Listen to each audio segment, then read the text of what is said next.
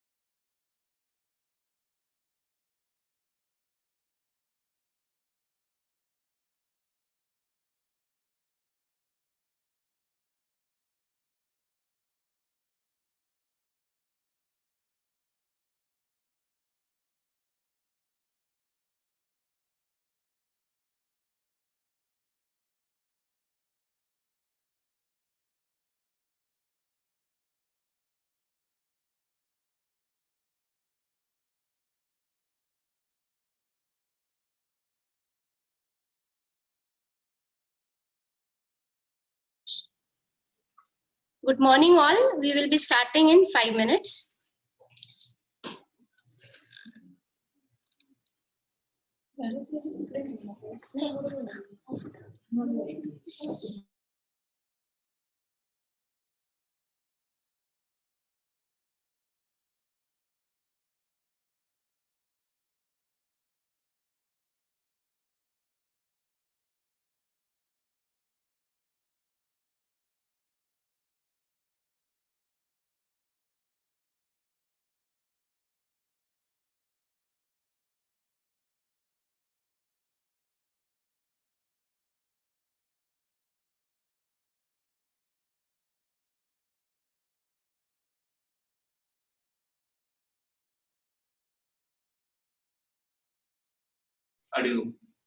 Good morning all. We will be starting in 5 minutes.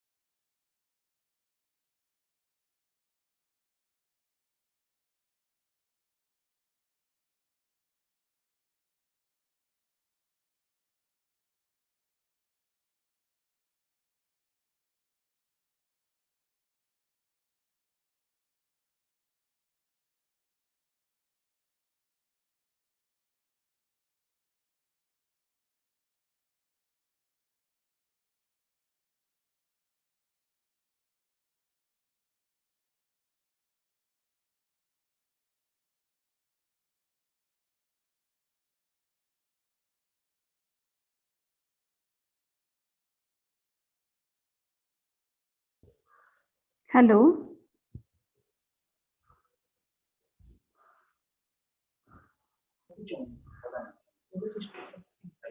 Hello, madam.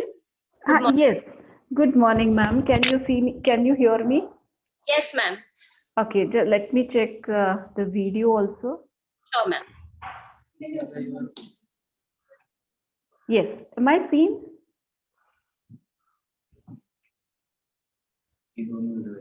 Can you see me, ma'am, now? Just a minute, ma'am. Yes. Yes, ma'am, we can see you. All right. Okay, nice. We received your PPT also. We'll be sharing it from our end. Yes, and I think I have sent 2 more files that also they must have received by now. So 2 videos you have sent, right, ma'am? yes, right now, just now I sent it. Earlier it was sent through Drive, so now I have sent it as individual files. Yes, ma'am. Yes. Yeah, ask them to put it in one folder so that during the presentation, if we click on the link, automatically the video will start. Sure, ma'am. Thank you. Okay, ma'am. Shall we start, ma'am? Just a minute, huh? Yes, ma'am.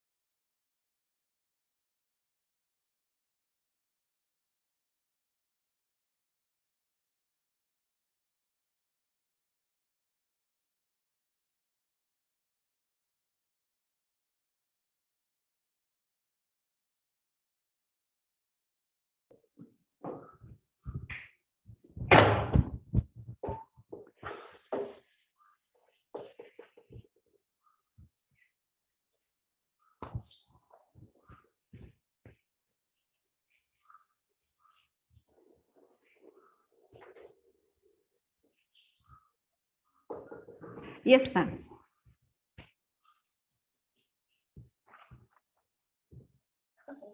Yes, ma'am. We'll be starting soon. Yes.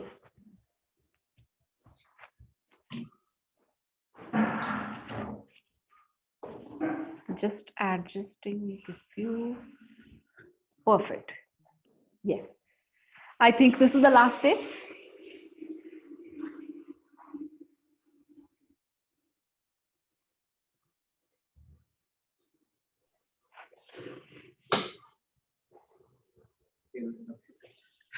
A warm good morning to invited guests for the session and participant. I, Ms. Shraddha, welcome you all on the final day of online FDP. It is a matter of immense pride to be with you all on this beautiful morning. On behalf of Dr. D.Y. Patil Institute of Management Research, Pimpri, Pune, we are delighted to offer a gracious welcome to all of you. We all have witnessed this 5 days FDP organized by Dr. D.Y. Patil Institute of Management and Research, Pimpri, sponsored by AICTE Training and Learning ATAL Academy on managing businesses through emerging technologies and management information system. Today's program is divided into 2 slots. The first half of the day, we will be having 2 sessions in a row. After lunch break, we are having valedictory session starting at 2 p.m. This will include participants' feedback and experience, followed by assessment test. Before starting with today's session, few reminders to the participants. Participants need to give feedback on ATAL website after completion of the entire FDP. Assessment test will be conducted at the end of the day at 3 p.m. onwards. Link for the exam will be shared with you on Zoom chat box during valedictory session. All participants need to give exam in the prescribed time limit. Participants need to fulfill the criteria of 80% attendance, 60% marks in assessment, and ATAL feedback is compulsory to receive certificate. It will take 2 to 3 days to upload your attendance on the ATAL website from our end. We request the entire participants to be patient enough to do the same. We request all of you to kindly remain in the WhatsApp group till the certificates are issued. Now, I take privilege to introduce eminent speaker of the day, Ms. Sadhna Kalsasi. Ma'am is a third generation entrepreneur. She believes in the concept of building great personalities through education and started with teaching career in the year 1999. Ma'am had guided many Infosys employees, DRDO scientists, and certified as solution architect by SAP in the year 2009. She has steered many committees in academics. To name a few, mentoring programs, editor-in-chief for publications, reviewer for research publications, and steering committee members for NAC, UGC, and AICT audits. Ma'am has also contributed in research area, collaborated with PMI India for a funded research project, and worked as a reviewer for National Research Conference. Ma'am had also appointed on a corporate advisory board members at City University in the year 2019. She has conducted many faculty development programs across Maharashtra and Goa. She has conducted train the trainer workshops for SAP trainers, teachers across India. Ma'am has started online platform Sadhnaversity to rejuvenate the ancient learning methods to make today's youth more firm, grounded, and clear their vision for learning. I welcome you, ma'am, once again on behalf of DYPIMR family. Business process integration is a combination of companies' internal operations, division, and partners, which connects them all in real time. Enterprise resource planning is a business software that is capable of integrating with a business process plan. Integration of business process using ERP is a new trend. To throw some more light on this, I request ma'am to kindly take the session ahead. Over to you, ma'am.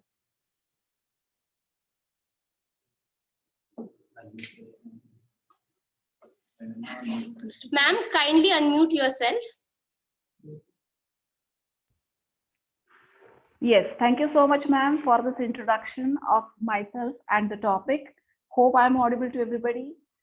And it's a great, great privilege. And I would like to thank DYPVP and their entire team for taking all the efforts, organizing this faculty development program, and especially inviting me for this session. Ma'am has given a very nice and I will say I am actually obliged to her for this introduction. Hope I stand to the expectations of the audience. And as told by ma'am, the topic is about business process integration from the same field I come, and how ERP supports organizations in doing this business process integration.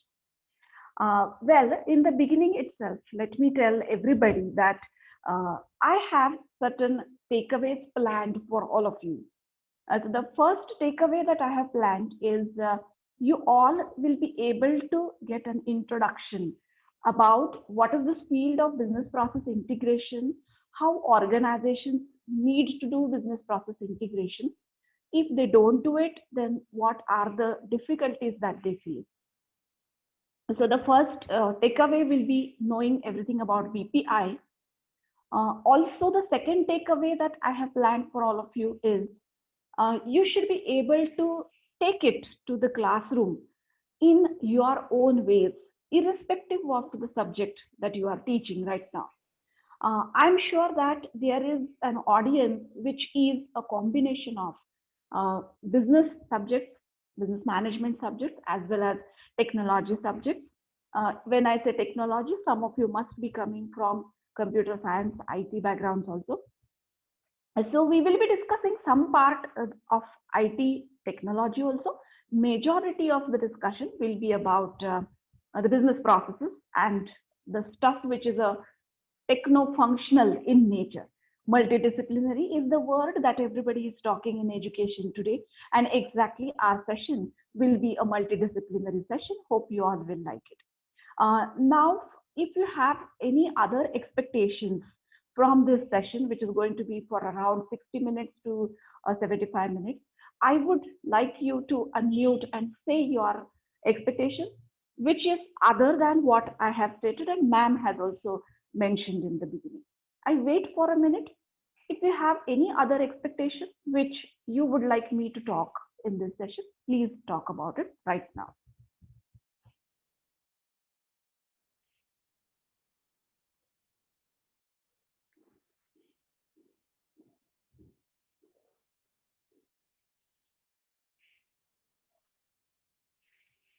Anybody has any? Yes, nothing for now is seen on my screen. Okay, all right. So then in this case, we can should get more and more knowledge from the session with subject itself. Yes, sure, we are going to talk about it. And good morning to Sandeep sir. And I think now the time has come to start with the PowerPoint, which we will start with what is business actually. And I would like all of you to come to the same understanding that we all have, and then we will proceed to the actual topic. So I request ma'am to start the presentation that I have shared.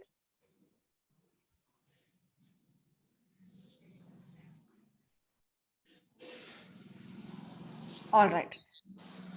Can we put it on full screen mode? Yeah, that is better.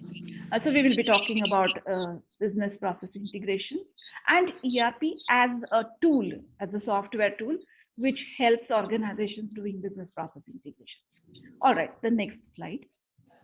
So the agenda for today are certain points which are, of course, going to talk about the business process integration mainly, but the session logistics also, as I mentioned, one session logistic now, I'll be talking about that.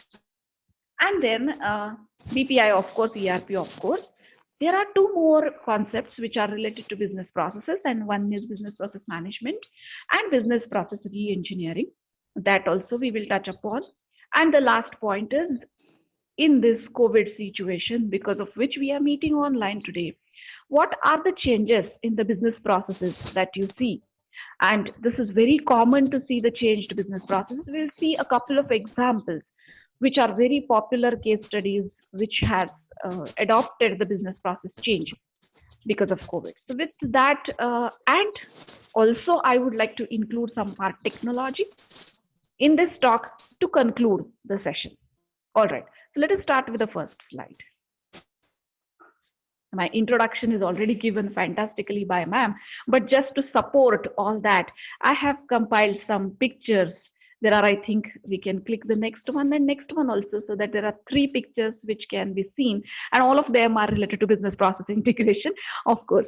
The first one, wherein you can see some foreign person standing, is in 2011, when I was invited to the SAP headquarters at Waldorf, Germany. It is a picture from there, where business process integration, I got certified as a business process integration expert with SAP, and I was invited. I was representing India among the 6 faculty members during faculty days at Waldorf, Germany. A picture comes from there, which is a proof that whatever introduction is given is true. Another picture is from Symbiosis, where I have delivered this subject on SAP warehouse management, materials management, and sales and distribution, which gives an integration again.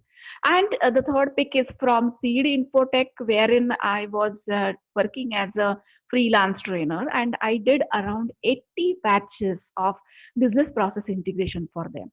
So that's how you can thank your organizers for bringing such a person in front of you. All right, the next slide, please.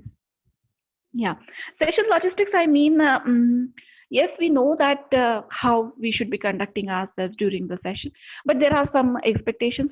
Keep yourself muted. I think most of us are. Send your questions anytime in the questions box or window, because I have planned the session in a particular fashion, but if you find any deviation, you have any doubt, you are supposed to ask anytime.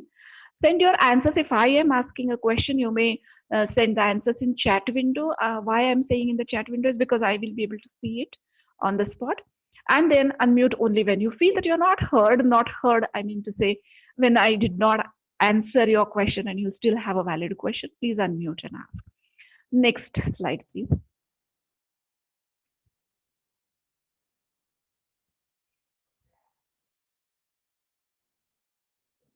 All right. So as most of us know now, you will say that, ma'am, what is this new about a business tree? Uh, what I have seen from my own practice of all these 2022 years is that our students do not understand this business tree correctly.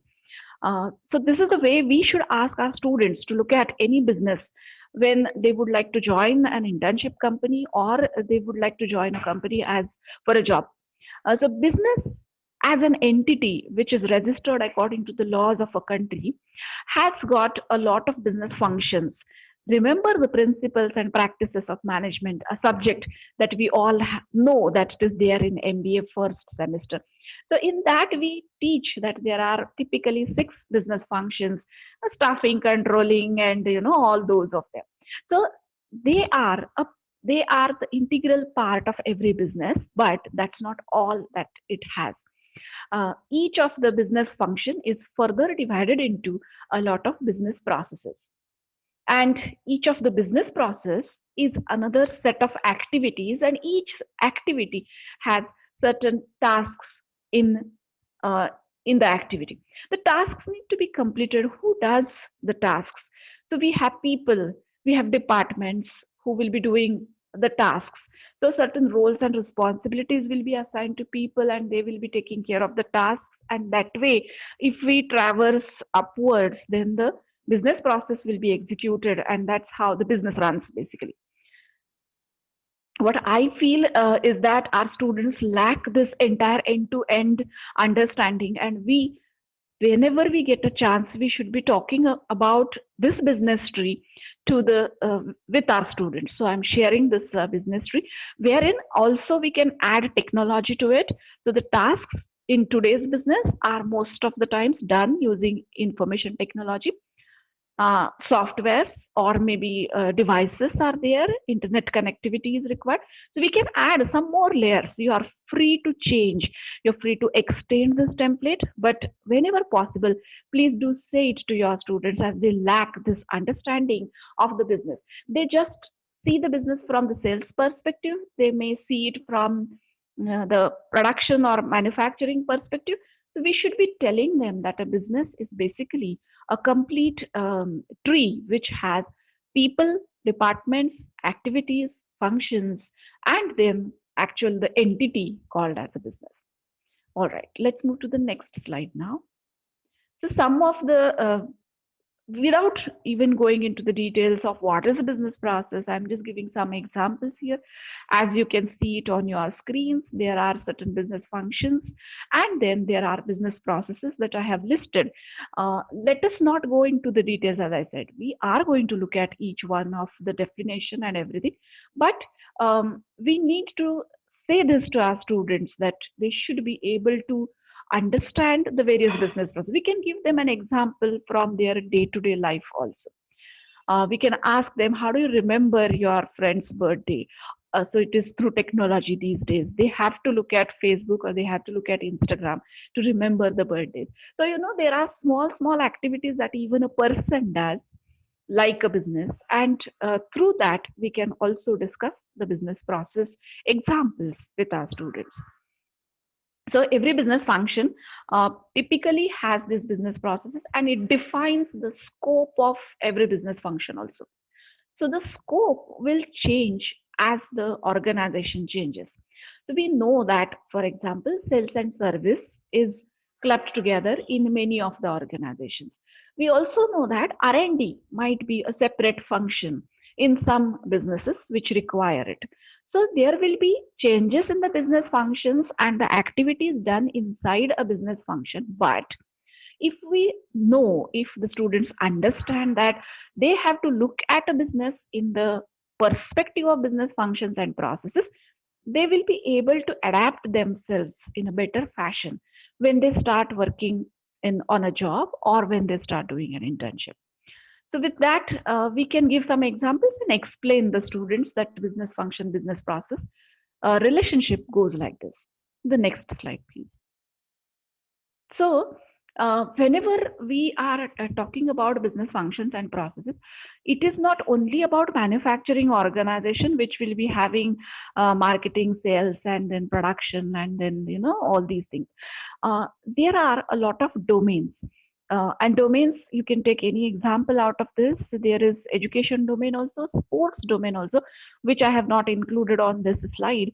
But this slide typically says that a lot of different domains are there. I just give you a very small example why I'm including this particular slide.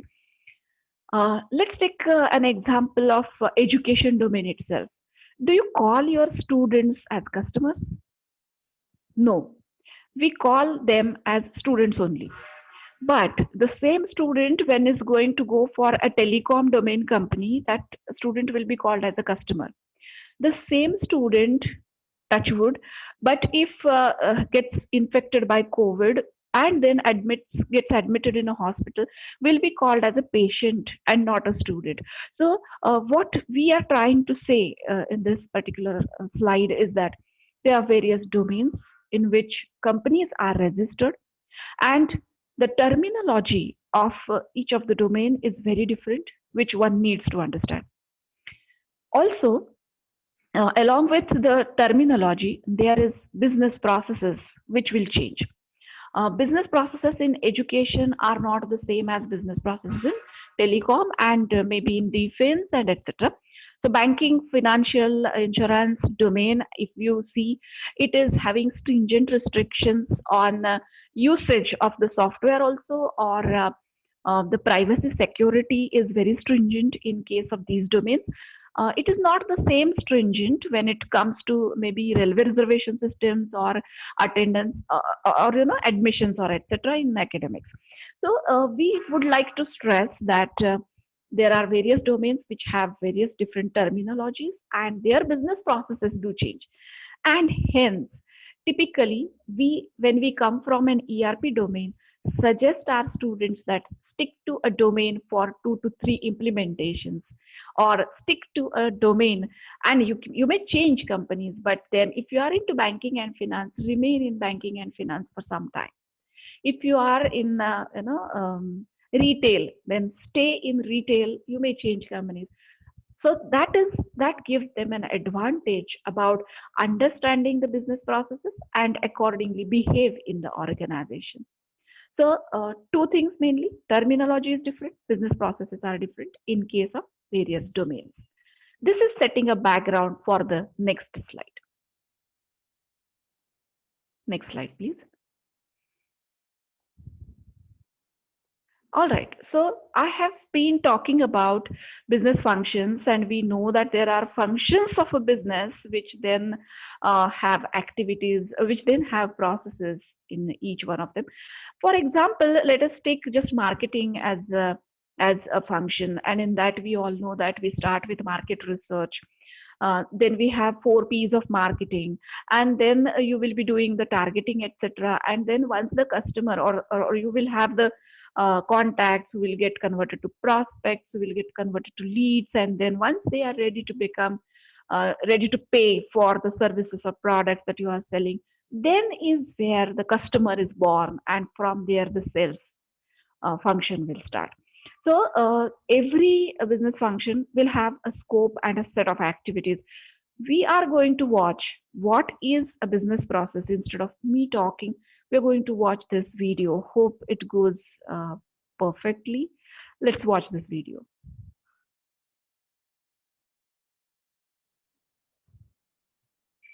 Ma'am, can we start the video? Yeah. Business process. The first one.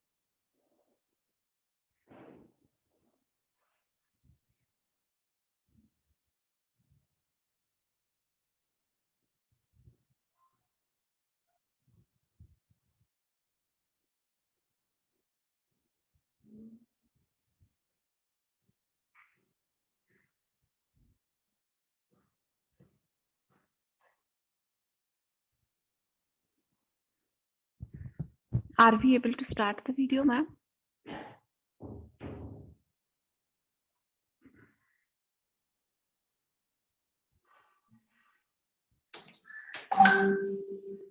Ma'am, you said something. Is the Shall we start the first video, BP? it was not actually we have already started. It was not visible. No, I could not see the video. Okay, okay. I'll just check with No, the not this one. Ma'am, this is business process integration, not this one. Okay, ma'am. Just Yeah. First one, yes. So what is a business process? this one, ma'am. Yes. First, what's Okay, a ma'am. business? I can't see this. This is an organization. It's a group of people.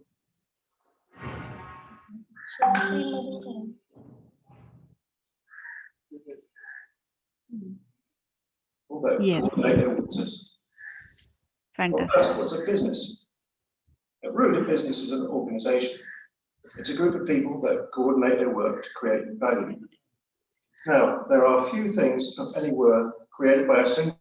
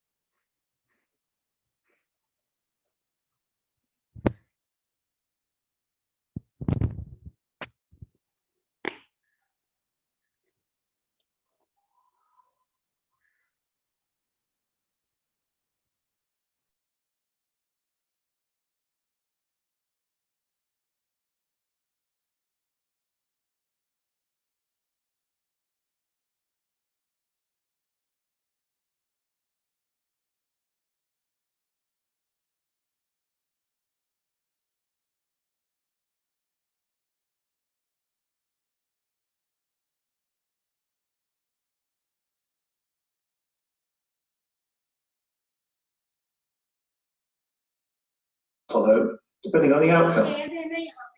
These decision points are sometimes called branches or gateways. Now, put all that together and it's called a business process. A sequence of activities designed to create something of value. It's a simple concept, but it's a pretty important one, because how well we do them, how long they take, how accurate they are, has a big impact on the output of an organization, and thus its success. Faster, better, cheaper is down entirely to how well we execute our business processes.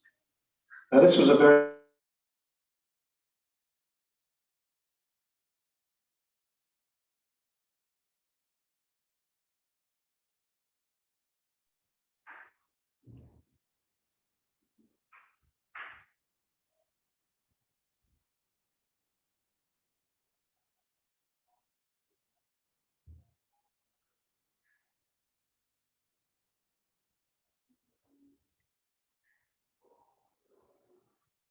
All right, coordinators.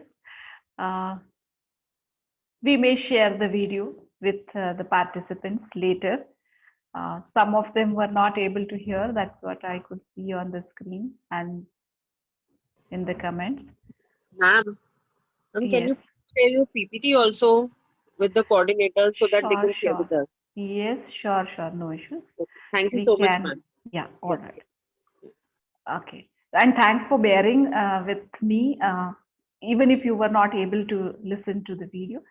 What we will do is we'll just do a recap of what was there in the video. This video is about what is a business process. All right, so we are talking about a business process and the definition itself, because we come from academics, we definitely want to know who is the author of that definition, who said it when, and etc. So let me say the definition. It will be basically business process is a series of activities which when executed generate business value. Okay, so very simple definition, set of activities.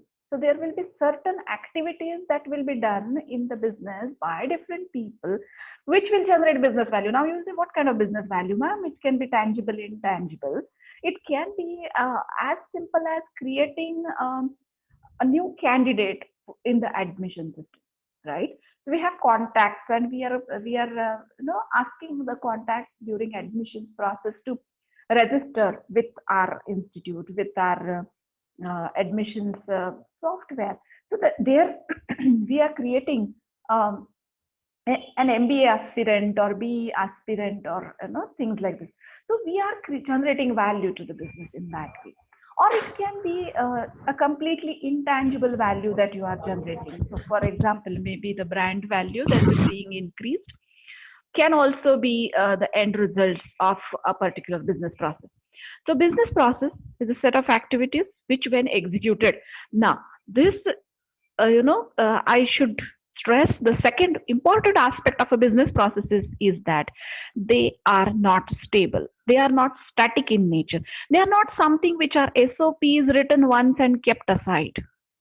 They are highly dynamic in nature.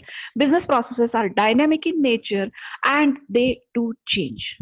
Now you will say, ma'am, then how to, I mean, there is a pace at which the business processes do change, and hence the organization has to keep the business processes up to date. I need not be talking about the typical Indian manufacturing companies scenarios. We have seen that the business processes are only in the brains of the ones who are executing it.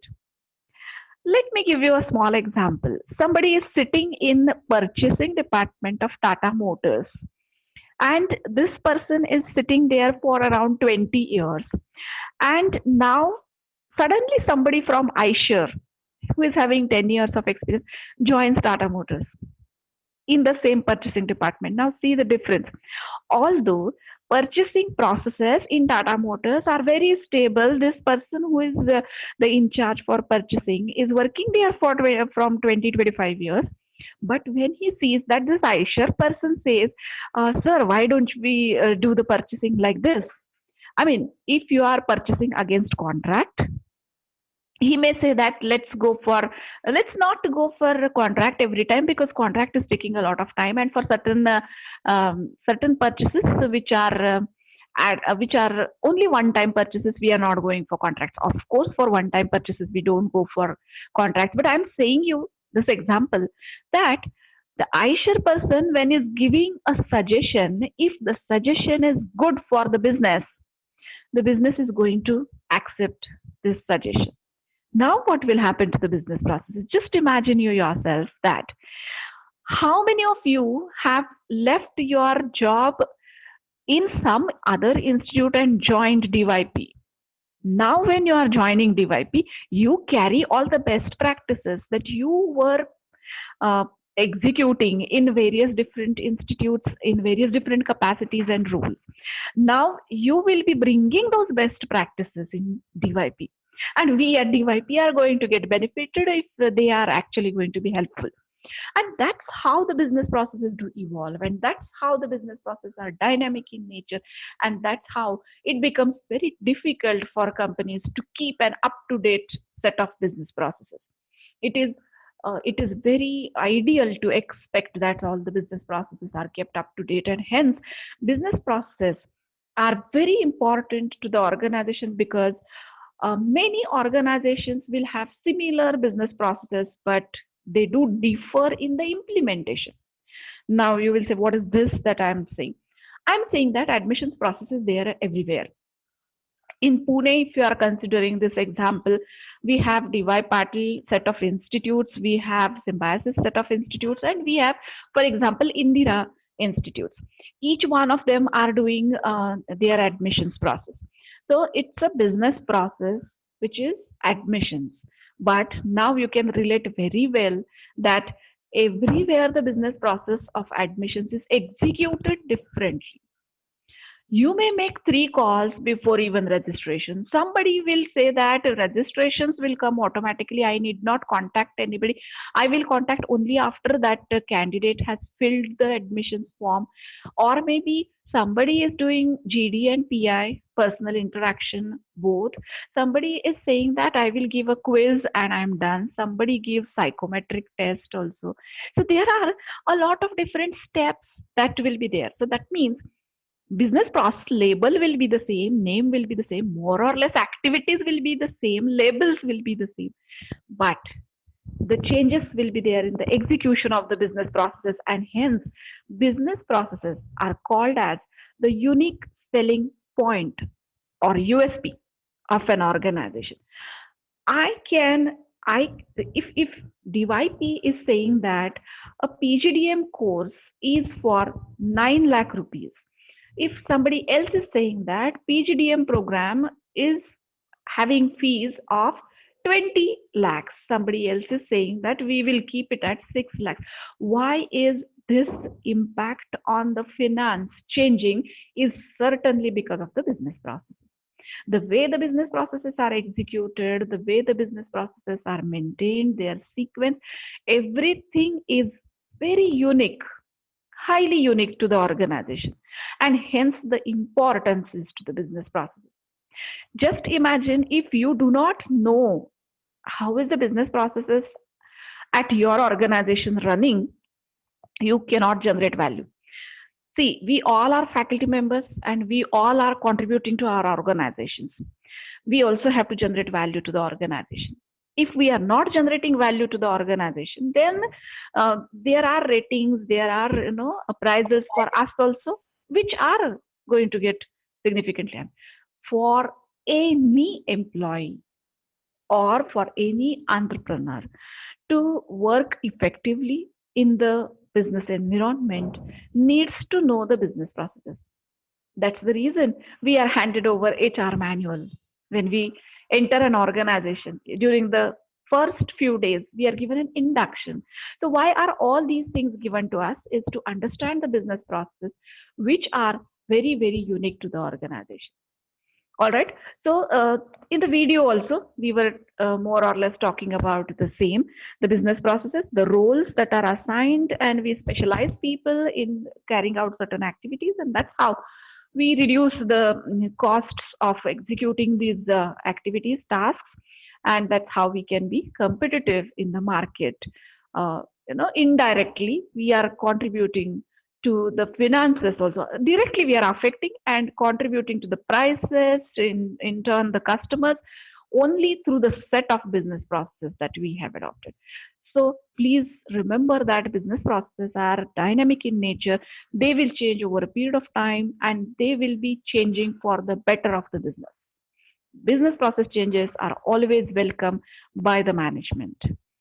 So you are supposed to, and another thing you can tell your students is that my observation says those students who are placed in an organization and can suggest business process changes to the organization, their increments were 30%, up to 30%.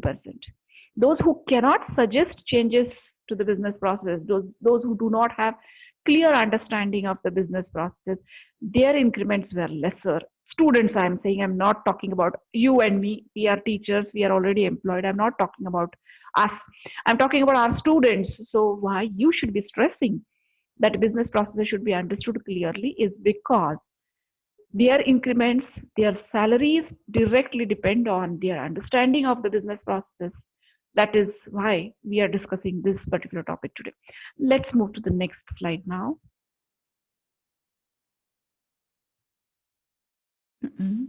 All right, some examples.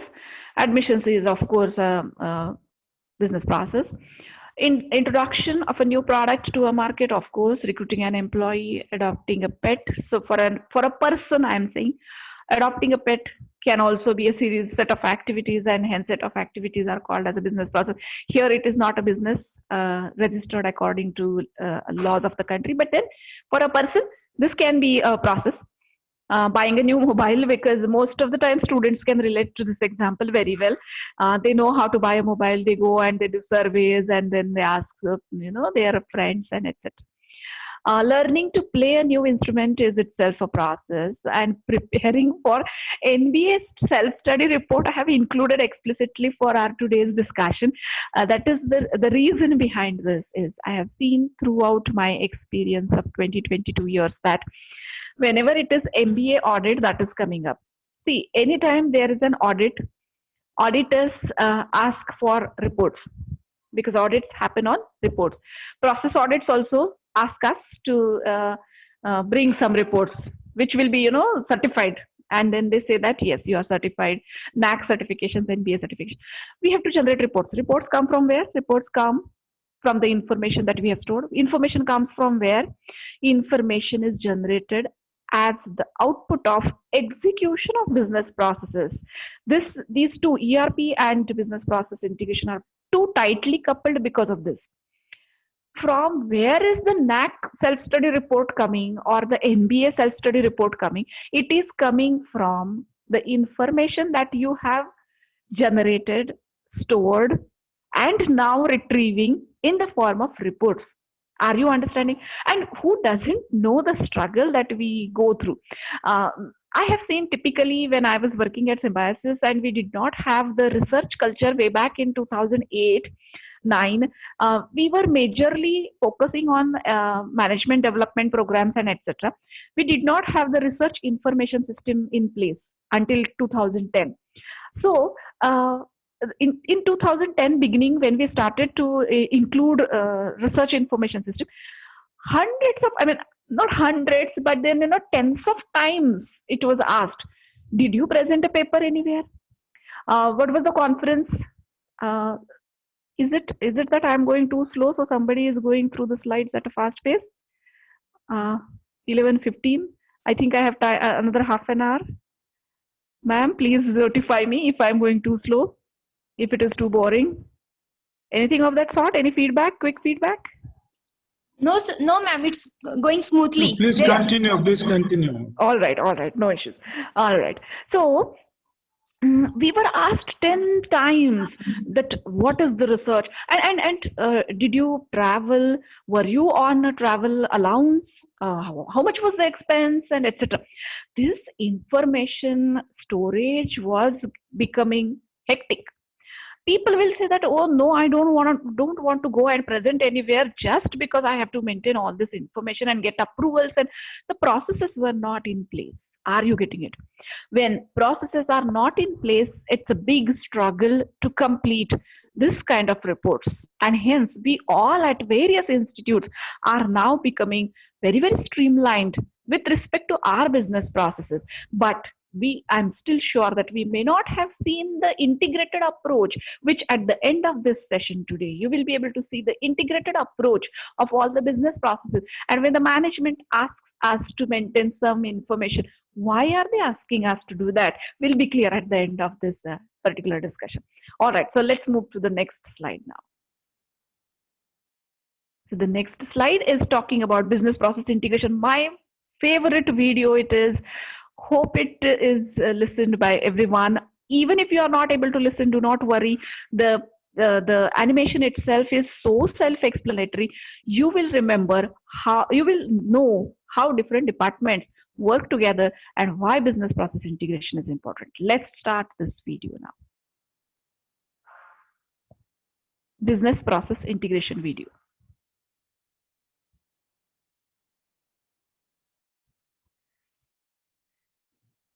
Ma'am, we have to use sound. There is one small icon. If we enable that, everybody will be able to listen to the. All right.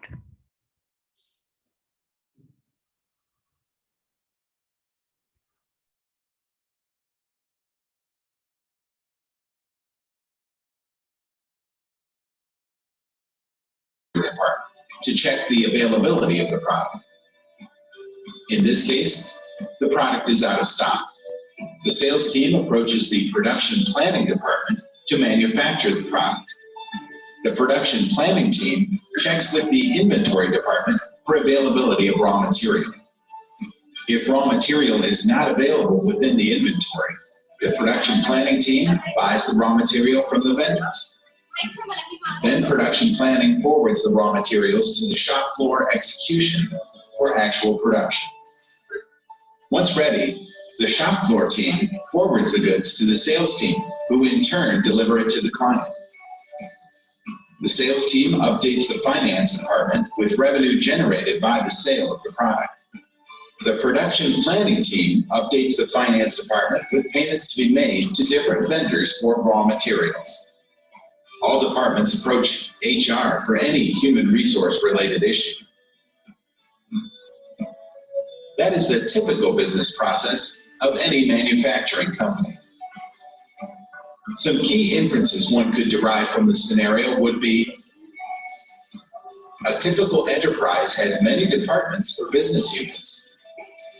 These departments or business units continuously communicate and exchange data with each other.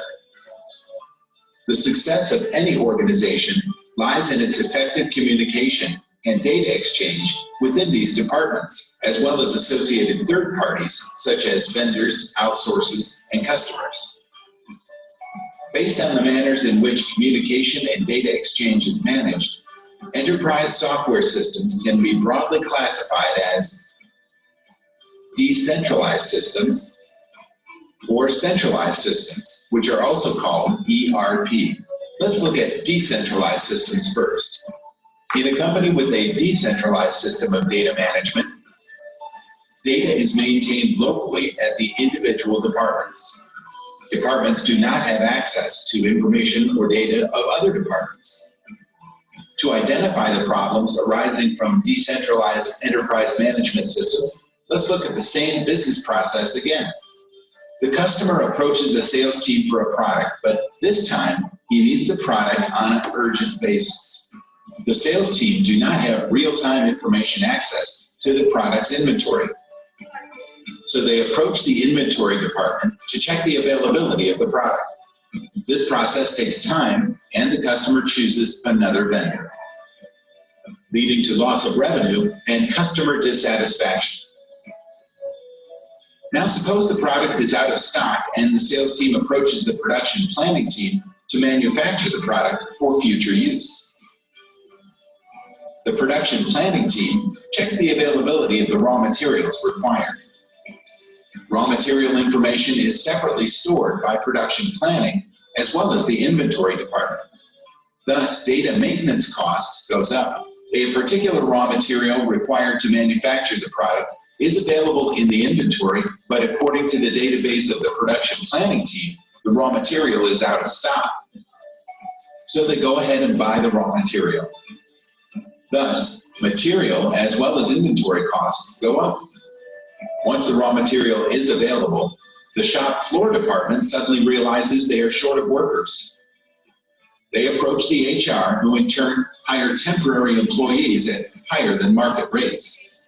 Thus, labor cost increases. The production planning department fails to update the finance department on the materials they have purchased. The finance department defaults the payment deadline set by the vendor, causing the company loss of its reputation and even inventing a possible legal action. These are just a few of the many problems with decentralized systems.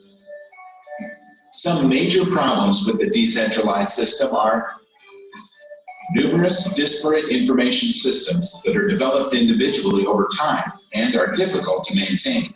Integrating the data is time and money consuming. Inconsistencies and duplication of data. Lack of timely information leads to customer dissatisfaction, loss of revenue, and reputation. High inventory, material, and human resource costs. These are just some of the major drawbacks for which we need a solution.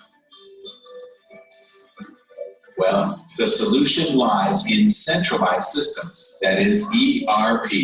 In a company with a centralized system of information and data management, data is maintained at a central location and is shared with various departments. Departments have access to information or data of other departments. Let's look at the same business process again to understand how a centralized enterprise system helps overcome problems posed by a decentralized enterprise system. In this case, all departments update a central information system. When a customer approaches the sales team to buy a product on an urgent basis, the sales team has real-time information access to the products in inventory, which is updated by the inventory department in the centralized system. The sales team responds on time, leading to increased revenue and customer delight. In case manufacturing is required, the sales team updates the centralized database. Production planning department is auto-updated by the centralized database for requirements.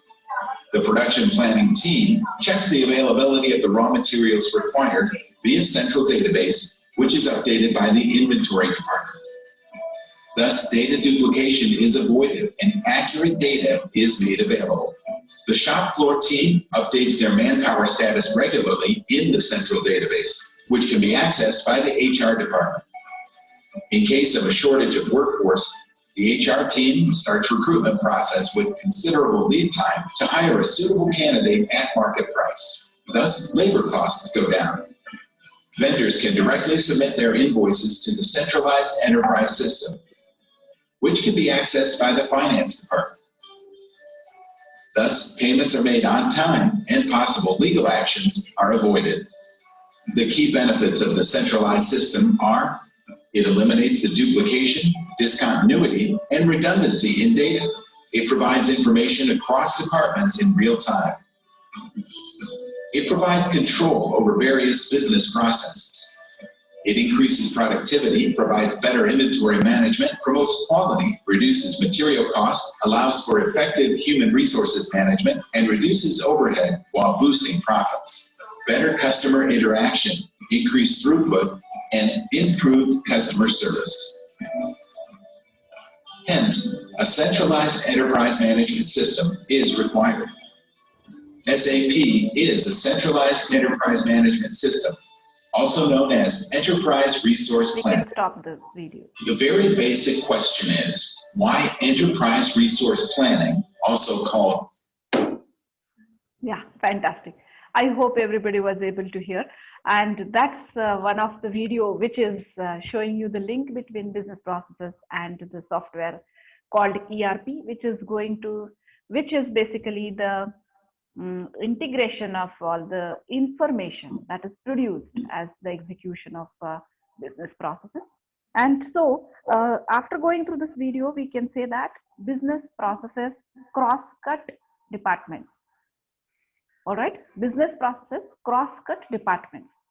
And hence it is necessary that the information that is produced at the end of the execution of business processes must be shared with the relevant departments. For example, unless and until the admissions department says that the candidate has cleared the admissions process, accounts department actually could not accept the fees. And when the candidate becomes a student after paying the fees with our institute, then this data, the accounts department should pass it on to academics department so that acad or library, whosoever in your organization, creates the PRNs, permanent registration numbers for the students. Unless and until the permanent registration numbers are created, you cannot start scheduling the sessions or the classes will not be known. You won't get to know how many students are going for a particular specialization. So all the further things will depend on this particular. And there are too many alternative scenarios here. A student takes an admission, but within 1 month can cancel, so somebody cancels. And if this information is not properly maintained, then we have a lot of problems. As some of you might be a victim of this, some of you must be maintaining it without ERP, and some of you, I'm sure, must be using a complete ERP solution these days. Even IIT Mumbai is using SAP software for maintaining their ERP, and there is SVKM, NMIMS, they are also using fantastically SAP ERP for managing their internal operations.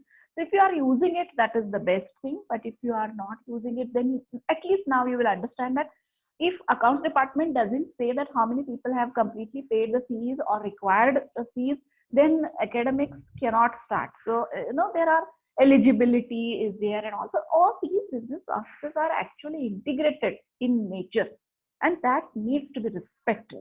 That needs to be taken care. If we do not, then there are going to be so many problems were stated. Even legal problems can be there. Now let us take an example of Make My Trip. Make My Trip. All of you know Make My Trip, yatra.com, and etc. This example why I state typically is because business processes cross-cut the organization boundaries. What do you do on Make My Trip? You say that please plan holidays for me. Diwali vacation is coming and my institute has given me some vacation. Go enjoy. All right. Now, Make My Trip says that this will be for 3 days, 25,000, Kerala and whatnot. All right. So you are selecting that, but you need flight tickets also. So you go then to the flight section and you make some reservations there. But then you see that it is not possible on that day. Hence, the bookings for hotel need to change. Is there any question, any doubt, anything? Or shall I continue? Okay. All right. All right. I continue. In this case, if you are not getting the flight for that day, then your vacation package also will shift. Then you may also need hotel bookings, flight bookings, cab bookings, sightseeing and etc. See, now Make My Trip doesn't own any cab. Make My Trip doesn't have a fleet of airplanes with them. Neither do they have any hotels. Nothing is there with them. They are an organization whose business processes are cross-cutting multiple organizations. You should be seeing it from that perspective. How are they managing all the softwares and their own software so that the business processes cutting the organizations are fantastically, seamlessly taken care? You get the best services from Make My Trip or Yatra.com, and we are beneficiaries of it. So that is another best example that you can analyze. I'm just giving you hints about it. We are going to talk about software part now onwards. Let's move to the next slide. We are coming towards the final part of this discussion now. ERP. Everybody knows what is ERP. Simple definition, which I always ask my students to remember. Software or information system that gives information integration across functional departments. It is not for the top management. It is not business intelligence software. ERP is for processing information that is generated after the execution of business processes. Let it be sales, let it be production, let it be accounts, let it be any other department. The same you can see: planning, manufacturing, sales, marketing, distribution, accounting, management, inventory management, services and maintenance, transportation, e-business. Everything which is a business process related activity, information will be stored in a centralized database. Can we move to the next slide? We need, next slide please. We need definitions. Yeah, so Somer and Nelson, who have written a book, they say more or less similar thing. ERP helps organizations deal with supply chain, receiving, inventory, etc. And Deloitte Consulting. So you do not want to quote the authors of a book, but then you want to practitioner's view. Practitioner's view is also more or less the same. The next slide. So we know that this is ERP, and let's have a look at this picture. Click on the next, and that is the centralized database. No ERP system will be having a distributed database. So those of them who are coming from IT and CS background know that distributed databases are typically used in railway reservations and etc. But here we are saying in ERP, we have a centralized database, and that's how we have seen in the last video also. Most of the problems are solved because there is a centralized database. You can have multiple database server will be one. There can be multiple application servers, and you can access the software through any of the terminals which are called as clients. So typically in ERP, there will be backend functionalities which are in the form of modules, and there will be some customer-centric, that is the front office functionalities, which will be called as again modules. So the software is built in such a way that you can do all the transactions. That means when you are executing a business process, we will take care of all the information that you need to maintain. Many a times, for example, if it is an educational ERP, then they will be giving you hints about storing data because you are NAC compliant or you are NBA, you need audits by NBA. So they know that what kind of information needs you have, and then they store all this information for you. So that's the best part of having an ERP. Now let's marry the two, the BPI and the ERP, and why. Let's move to the next slide. All right, so see, Click next so that it is seen, the text is seen. Yeah. So re-engineering of business processes. I said that business processes are dynamic in nature, they change. If they are changing, my dear colleagues, do you understand this challenge of dynamic business processes? See, every organization has a layer of business process. They have standard operating procedures. They know how HR and how accounts and how everything is working. This is with even a small chai tapri. This layer of business process is supported by information systems, because when business processes are executed, information systems are generated. You have information systems such as ERP, CRM. I think today's next session is on knowledge management, business intelligence, business analytics, what not we IT people will come and say, bombard onto you. Complete IS supported by IT layer. So these three layers are going to be there, but business process changes are welcome by the management because they are generating value to the organization. But IT part cannot change that rapidly. Why? Because software, you just cannot throw it in one go and install another one. That's too costly affair. And recurring investments are required if you are going to replace the software. And there's a stack, hell lot of 100 applications are there. You cannot imagine replacing the entire stack. Today you are on Java and tomorrow you want to, or today you are with Oracle and tomorrow you want to shift to SAP. It is not that easy. So the challenges are there, and hence we have introduced actually another layer called as business process technologies. Business process technologies, which are making business processes marry the underlying softwares, the technologies, which are supporting the execution of the business process. How?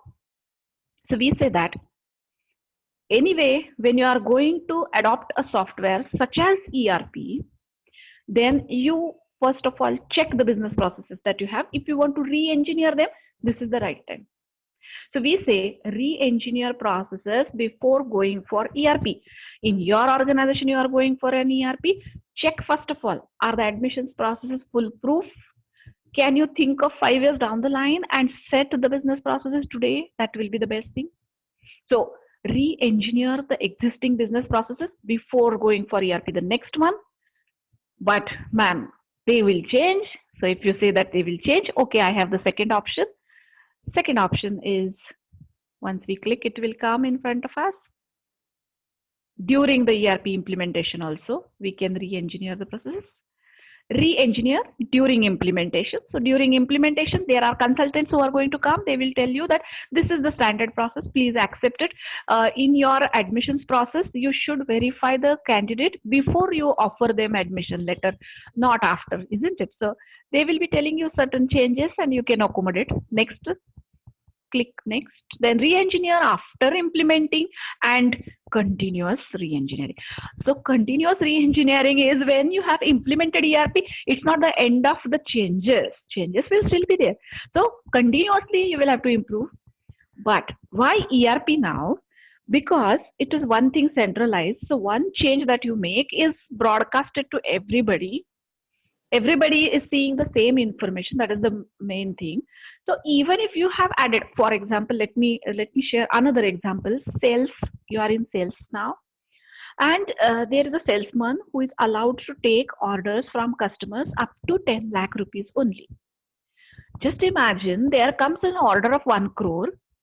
Now, will you allow that salesperson to take this order? Actually speaking, your business had never grown up to that level, but recently it has grown up to a level where you want to take an order of 1 crore rupees. In that case, you want to introduce one more level, saying that let the approval come from the sales manager, not the salesperson will take this order. Upon approval, now approval is one more step. That's an activity, that's a task that you are adding in it. Approval step, as you are adding, your business process is changed. Approval process is generating some information. Is it rejected? Is it accepted? Is the person eligible for it? Are you passing it on, that order of 1 crore? Are you passing it on to another salesperson? Are you all getting this? Changes in business processes are an integral part of the organization. don't shy off. You can't say to business, hey business, please don't stop. Can Apple say that now I have come up with the best model, now I will not reinvent, I will not invent any other model? That's not possible. Customers will expect some changes, products will change, technologies will change, your business processes will change. Hence, you may have to re-engineer the business process. But if you have well maintained business processes, then you will have a better control over the changes, and the underlying software will also support it. There are a lot of different softwares that are available. I'm just saying one name, IBM WebSphere right now. There are RAD softwares, RAD, using which you can do the business process modeling. For business process modeling, simple can be VGO, simple can be Smart Draw, using which also the activity diagrams, if you know typically object-oriented analysis and design and you have drawn the activity diagram, similar business process models are also made. That is possible, but the company should value the business processes that way and should have softwares for managing the changes in the business process so that the integration becomes easy. The next slide, please. Now we are talking about business process management, and I'm just going to say what is business process management. This is not our main topic. It's a philosophy primarily about people, who is going to do what, and we all know Ford's business process and the roles and specializations, how Ford has done the manufacturing. That is the best example here. The performance objectives are also there, and if one is specialized in doing certain activities, the performance is better. So business process management should be seen separately by the management. The next slide, please. And business process re-engineering, as I told you, should be taken very, very seriously by the organizations. Just think of your own institute and how business processes are changing. Are you maintaining them? Is it that every time you have to rush to HOD, every time you have to rush to the director asking that, sir, shall I be doing this? Ma'am, is this okay if I? See, you should be having the business processes somewhere written, and they should be up to date also. So there should be one more department probably. If you are putting another process, then train people and then let everybody know. So the knowledge management session also will be cross-cutting some of the discussions that we are doing right now. The next one, after business process re-engineering. So changes to business processes and executions are there. Best examples that I could see when I was surfing YouTube was McDonald's. McDonald's in COVID situation were the first ones to adopt all the precautionary measures and started their deliveries.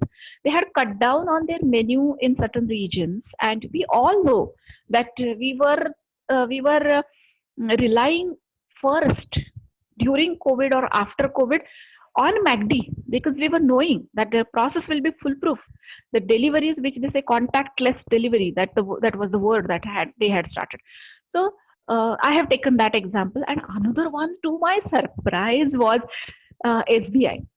State Bank of India adopted and came up with a fantastic initiative.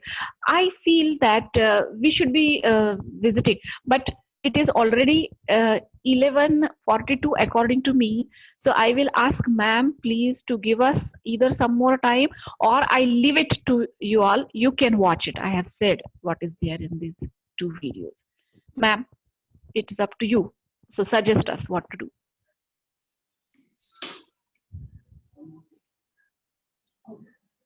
Okay, ma'am, we'll share the link with the Fantastic. Participants now. Fantastic, because they will be able to see at their own pace, and then some more videos also can be seen, which will come in suggestions. Fine, we move to the next slide now. Yeah, so changed business processes, the safety measures scheme, because it was by WHO and Government of India also. Restricted access locations, because containment zones are created, and red zones and orange zones, etc. were there. So logistics companies were affected quite a lot, so they had to change their business processes. Even Google Maps also was not supporting them, because these hotspots, corona hotspots, they were there. They were there on Google Maps. But then sometimes it used to be so sudden that somebody is discovered corona positive, and that entire building used to be sealed. In that case, they cannot deliver the food or whatsoever grocery and etc. to that particular building and etc. So there were a lot of changes in the way they were doing their business processes. Restrictions on opening of shops. So we have seen during unlock 1, 2, 3, and 4, these timings were changing, and limited transportation was available. During all this, the pass needs to be, you should apply for a pass, and then maybe you are allowed to do transportation. So again, logistics, retail, whosoever started their business had to take care of these changes. Why I am saying is because this is very recent. We all have been the victims of the changed business processes, or beneficiaries of the changed business processes.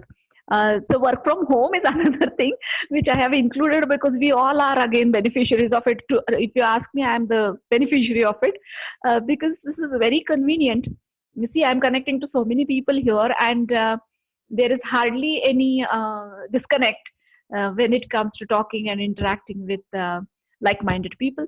And there are so many other things that have changed, and that's one example how business processes do change. And the pandemic has shown us how people, particularly in India, people are very adjustable, and they know our basic genes are entrepreneurial genes, and hence we do adapt to whatever challenges come, and we overcome them.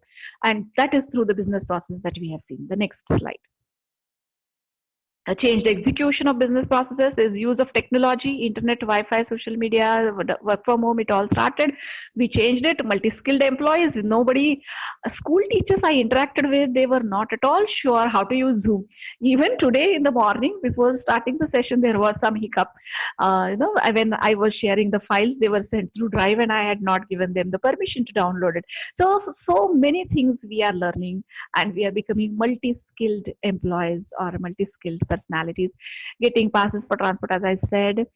Business hours are changed. Some of them are saying that, ma'am, this is going 24/7. Earlier it was good. 9 o'clock I will go to the office, and 6 o'clock I will come back. Now it is not so. Yes, it has changed. Delivering goods or services at the doorstep has become the prime way of what retail does these days. Oh God, employment and unemployed don't talk, because our students are getting employed, but many of them are delayed their joining also. So it is unemployment, unemployed people also. Particularly, I have seen some people who were at mid-managerial level in their 40s, 50s, and now the company has given them a pink slip. That also I have seen. Very bad situation. Two of the daughters are working. Two of the daughters are taking their education. One is doing for an MBBS, and this guy is laid off. Now, what will this person do? He's searching for another job. This also has happened because of COVID, but then people are now recovering from all this. The employment is generated. Postponed payments has become one of the worst things.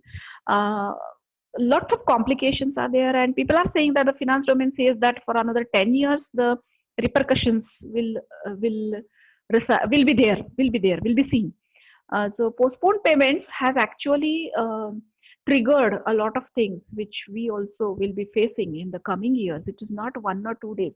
For example, immediately what Nirmala Sitharaman has announced was the fiscal year. Particularly fiscal year will be the same, but the deadlines are extended. So deadlines for paying taxes, making payments, everything is extended. So that those adjustments in ERP, those adjustments in the business processes next time, giving credits, consolidating accounts, everything is going to change. So that's why I have included this postponed payments also. So once we know what is business process, how is it integrated, we can find out, we can see, look around and find out these changes. The next slide. Next slide is thank you. But then now I want to talk another 5 minutes, which is about the technology which supports all this business process, because you all are professors. I would like to talk about the first video was showing processconsultants.com. please remember that processconsultants.com, where you will get to know business processes, business process management, business process re-engineering. You will find dedicated websites about it. There is another certification called as business process, business analyst, BA. So BA typically should have a clear understanding of the business process of the client.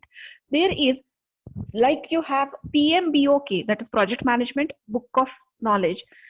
You also have BABOK, and there are certifications also. So you may ask your students to go for business analyst certifications. One is, I think, with experience. Another is for novice. Like we have PMP certifications, there are these business analyst certifications, which will train them in all the business process analysis and etc. Also, I would like to talk about all this ERP and business process integration doesn't happen with people only. It is all about IT. Those of them who are coming from IT and CS background know very well that there are middlewares, there are web services. Basically, the data types and the protocols, which are heterogeneous in nature, need to talk to each other. And hence we have, in the case of SAP ERP, we have NetWeaver platform. So this, I think, is recorded. So you may go through the recording if you want to know more details about it. In case of SAP ERP, it is NetWeaver, WEAVER, NetWeaver software, which is the middleware, which is enterprise service bus, which takes the data from sales, passes it on to the finance. Production planning costs are generated, and then they are passed on to controlling department, that is cost controlling department. So all this business process integration or information integration is done using SAP's NetWeaver. If you are thinking of Oracle ERP, it is Oracle Vision software, VISION, Vision software. There are all web services which are wrapping the APIs, that is application programming interfaces. Earlier we used to have APIs. Now we have most of the APIs wrapped in services. So we will have the service descriptions using which we can discover, and then we can connect multiple web services. The security part is also taken care, and the entire middleware platform is actually making this dream of integration of business processes possible. So there is IBM stack, full stack of WebSphere and other softwares, which gives this kind of an information integration or business process integration also. Right from the business process layer till the underlying technology layer, all these different softwares from Oracle, from IBM, from SAP these days are available, which are helping the organizations. I am sure that both the takeaways that I had planned are delivered, and hence I take a break here. We are open now for all your doubts. Most probably, please ask me simple doubts so that I can answer. You all are professors, maybe with PhDs in the same field. I don't know. Yeah, so the floor is open for all your doubts, questions. Thank you, ma'am. Now I request our participants to post the questions in the chat box.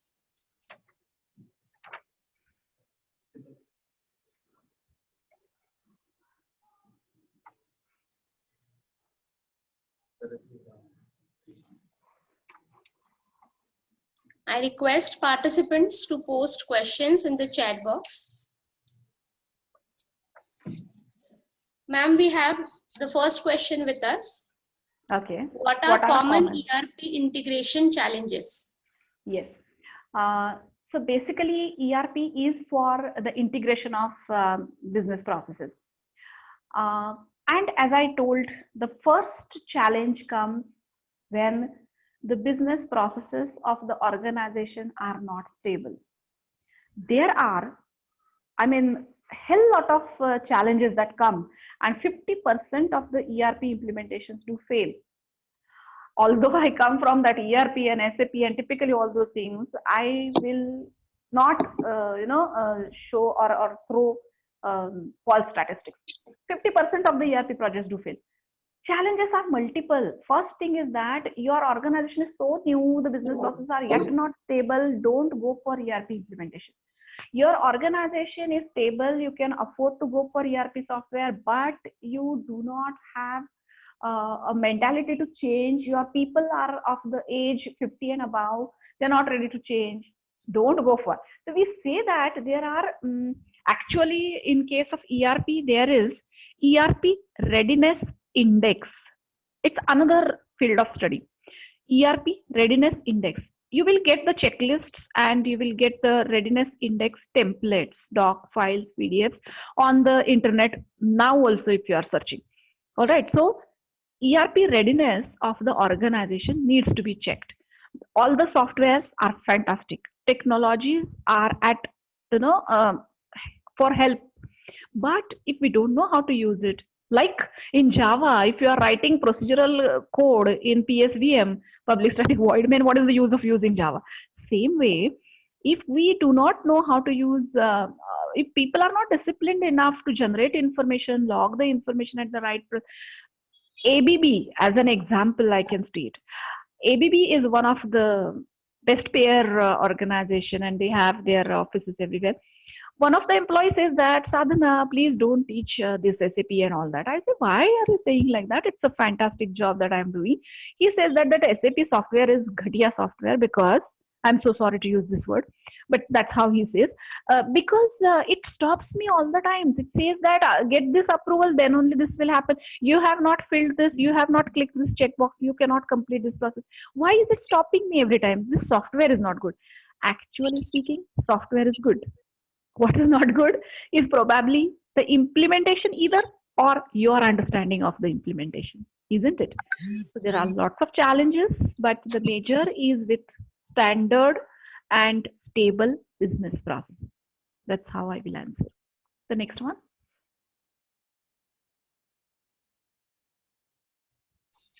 Thank you, ma'am. The next question we have with us is, ERP is very much familiar in industry, but not in education institutes. What must be the reason? Right. I will ask you a question, and that is an example with which we will start. Do you have a washing machine at your home? Answer is yes.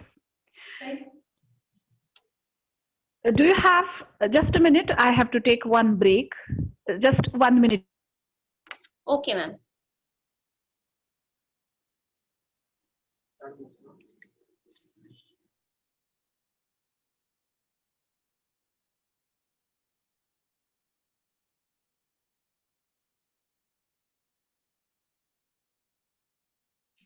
All right.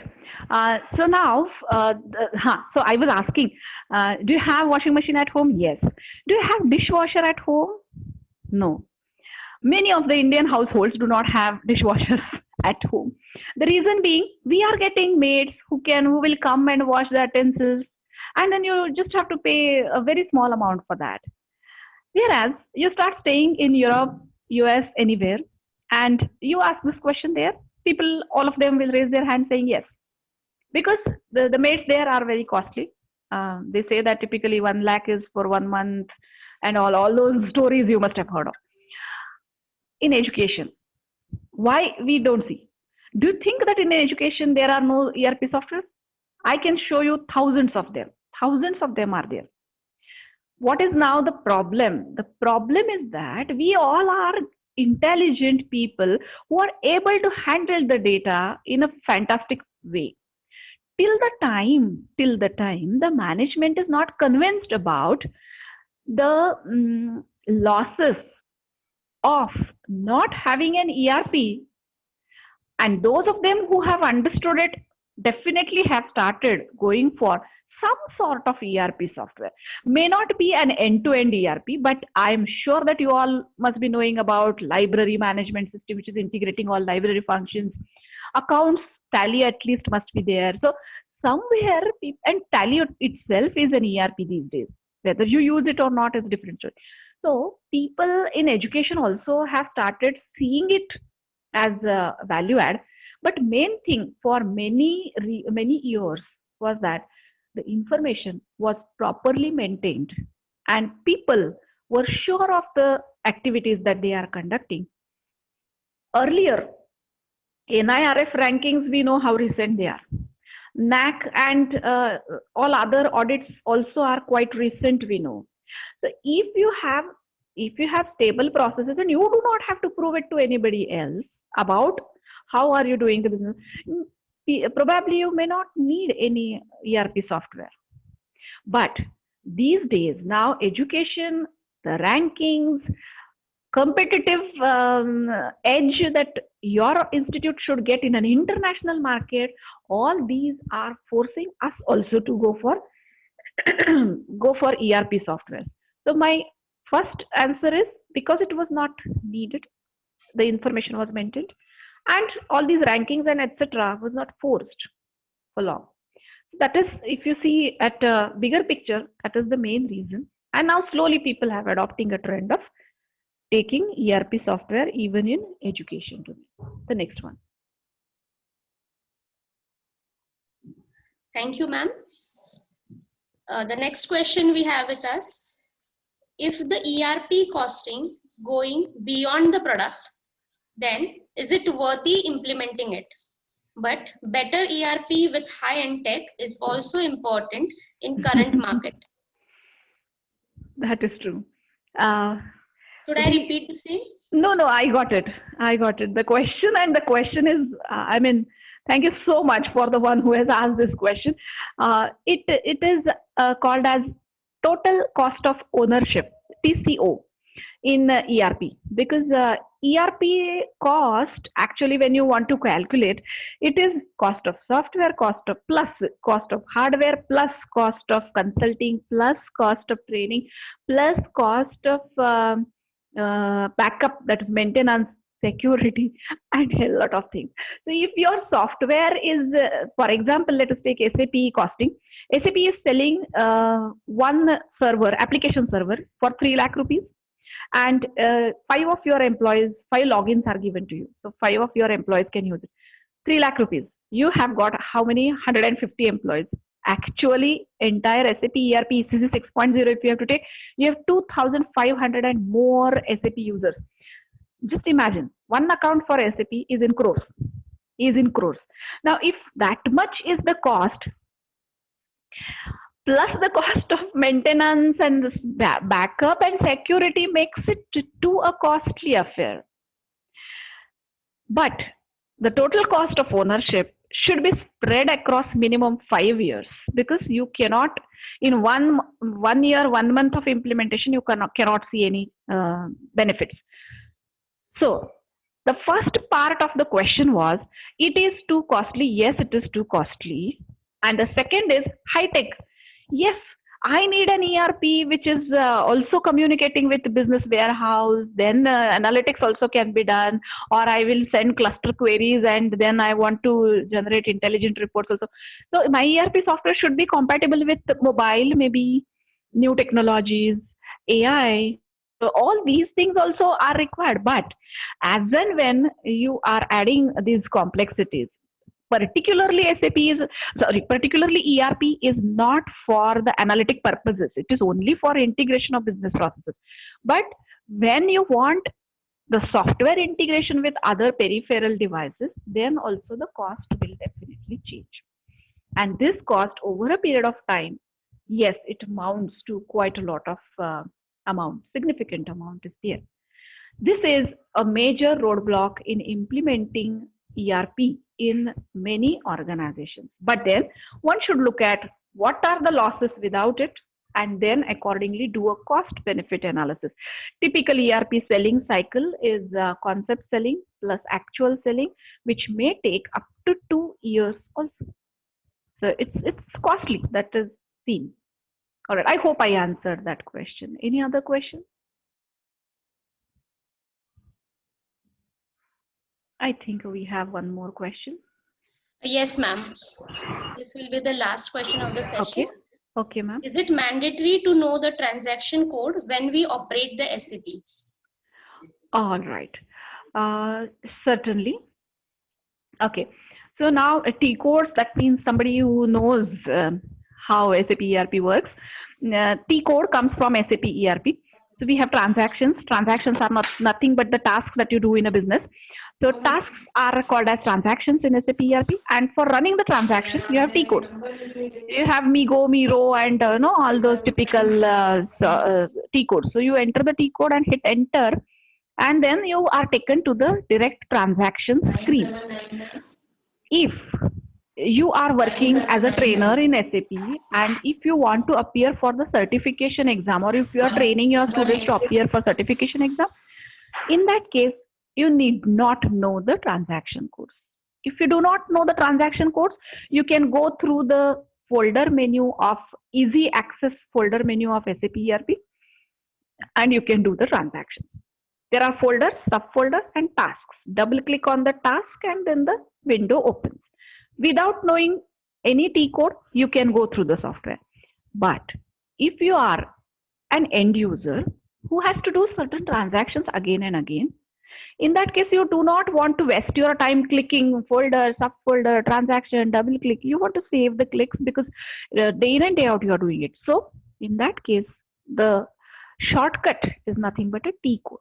So you must use the T code, and T codes are generally asked for novice people during interviews. SAP interviews are hard to crack. In that, they are asking the T codes. From student perspective, when you are teaching them the first time, they are expected to go through the folders and subfolders. They need not know it. I see a lot of questions, ma'am, and all right. So we are saying that this is the last question. So your take. How are we going ahead? Okay, ma'am. Thank you, ma'am, for your knowledge sharing All right. with our participants. We are charmed by your sharp fluency. Ma'am, you made entire session interesting with examples and videos. You clearly defined the ERP well with the definition and examples for the same. You have explained the effects of COVID-19 on ERP. Thank you, ma'am, for your patience. We look forward to have association with you in future. Thank you. Thank you so much. Same here. I request participants to be there. I request participants to switch on your videos. As per the AICTE guidelines, we need to take a screenshot of your video or participants' video. So I request all of you to switch on your video. We'll take a screenshot and we'll let you know once it is done.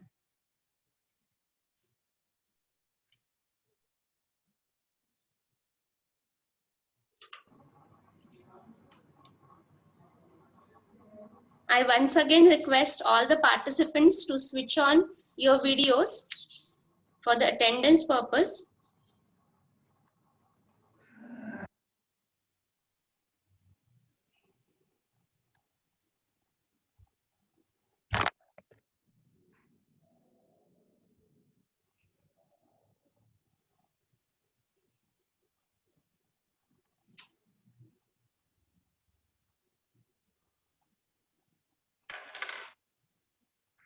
Yes, madam, it is enough for attendance.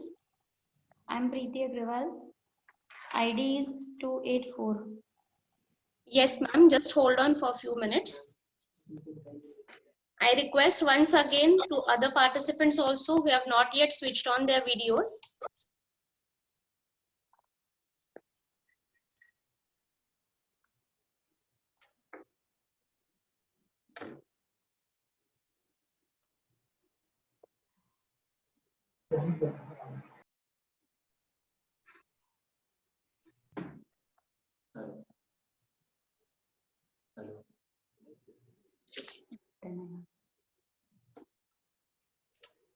Hello.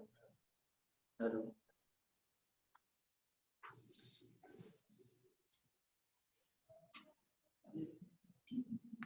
Thank you all. The next session will start at 12:30. I request all the participants to be there in the same meeting. The next session will start at 12:30.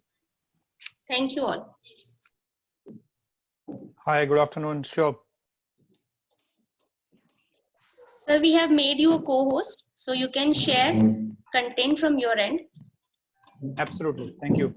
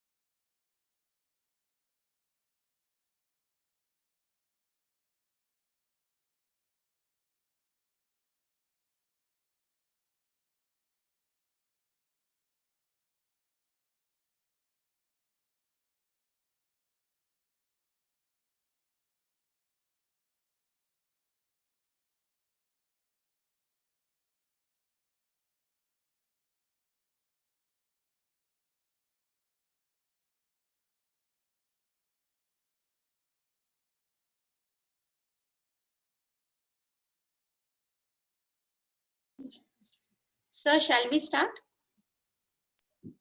Absolutely. I'm ready when you are ready. Okay, sir.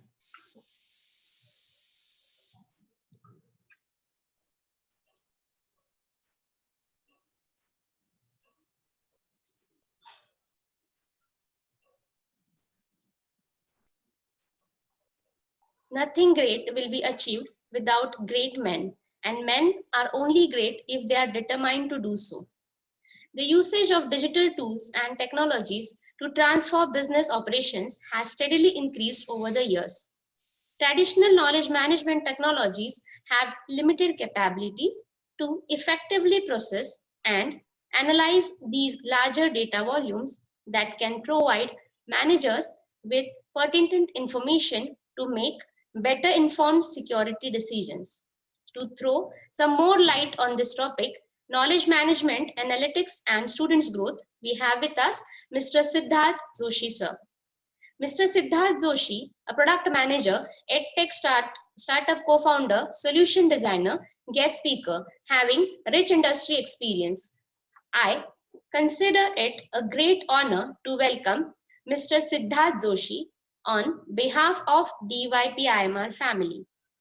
He is a co-founder and CEO, Think30, Python trainer in Samarth View Technologies. Sir is having rich experience in many organizations. He also worked as a solution architect in Tech Mahindra, Amdocs, Vodafone India Services, Capgemini, CAG, and IBM India. He has done certifications in improving deep neural networks, hyperparameter tuning, regularization and optimization, structuring machine learning projects, and digital project management modern fundamentals offered by University of Virginia. With this introduction, I would like to invite a versatile personality, Mr. Siddharth Joshi, sir. Over to you, sir. Good afternoon, everybody, and thank you very much for having me here. It's a privilege and a great opportunity for me to be interacting with you all.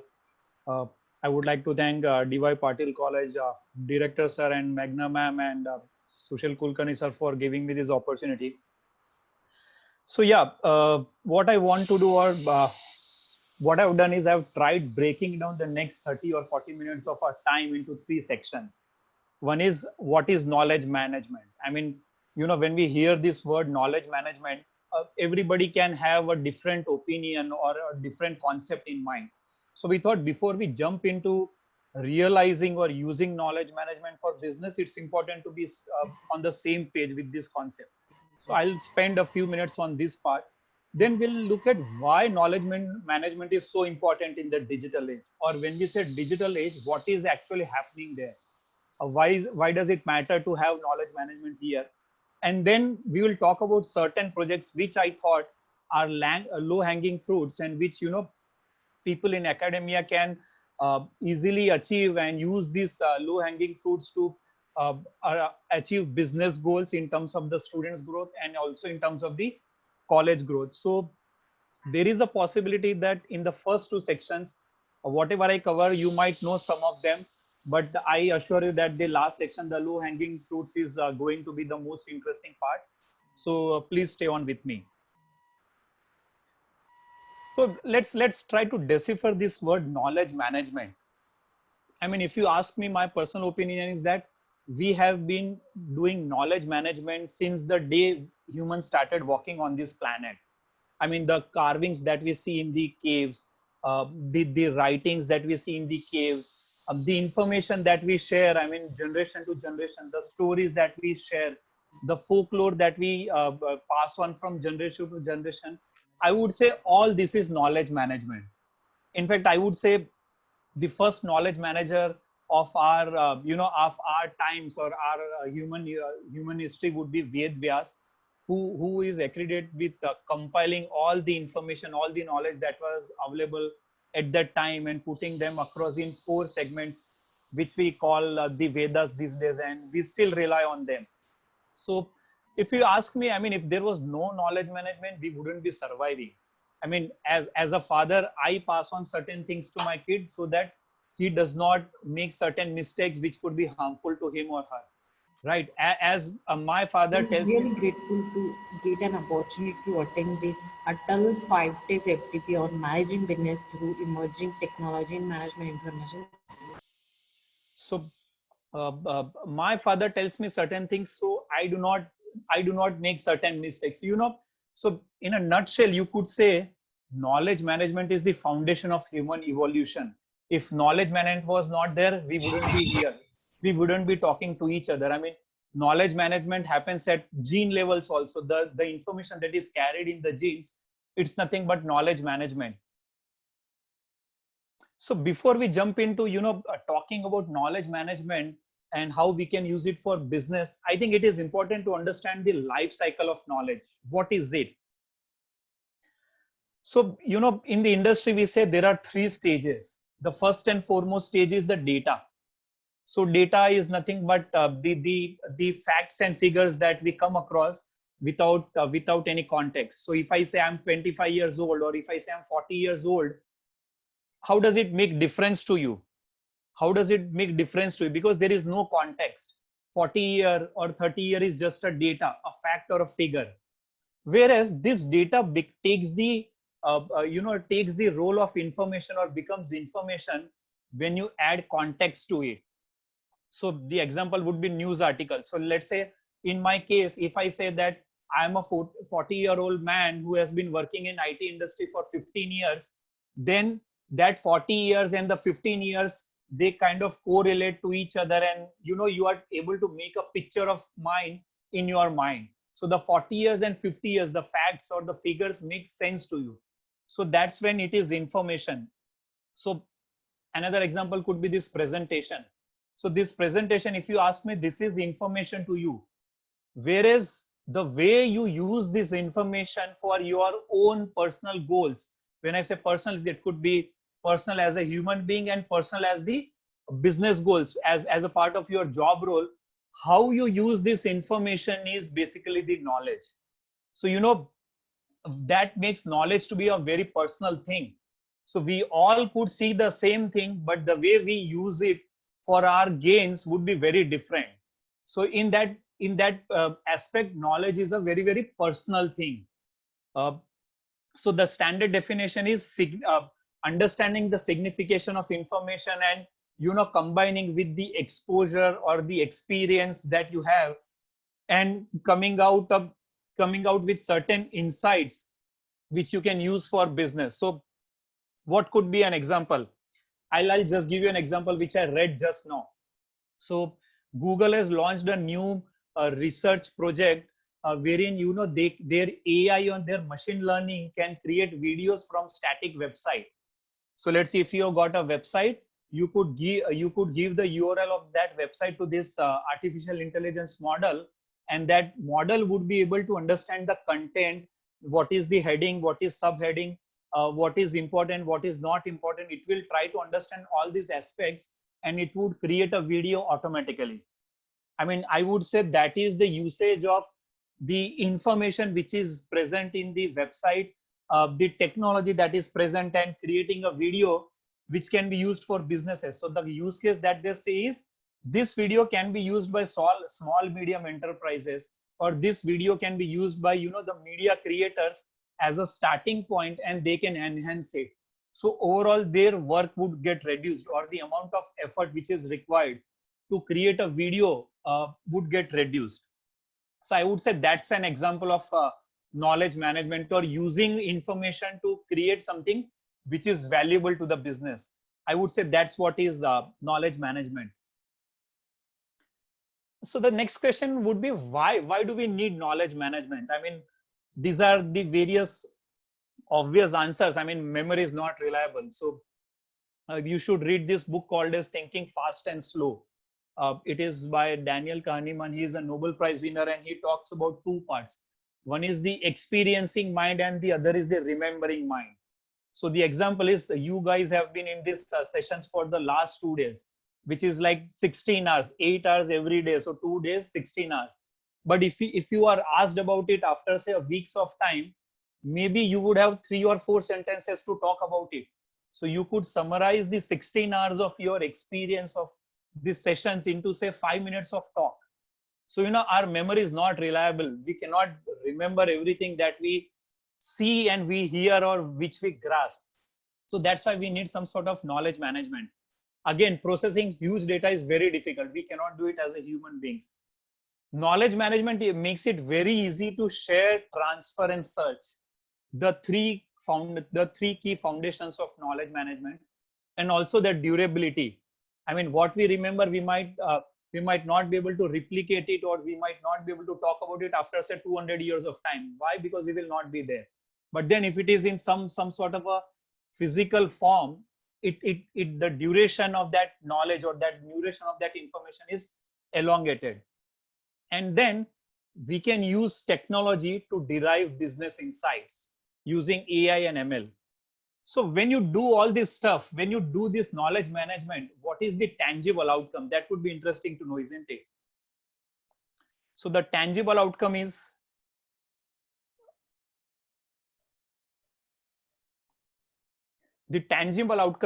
you would be able to create reusable intellectual property.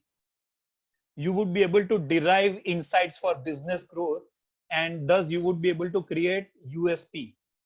So again, I can take an example here.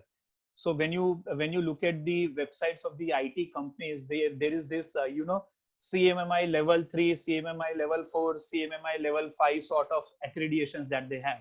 So one of the important aspect for CMMI level, I mean capacity maturity model accreditation level 5 is reusable components. So as a company, you should have reusable components.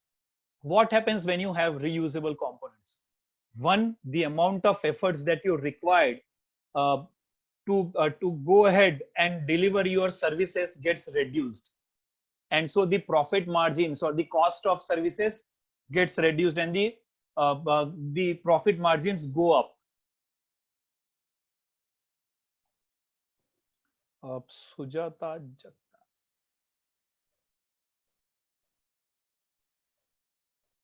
I see somebody has raised a hand. Please go on.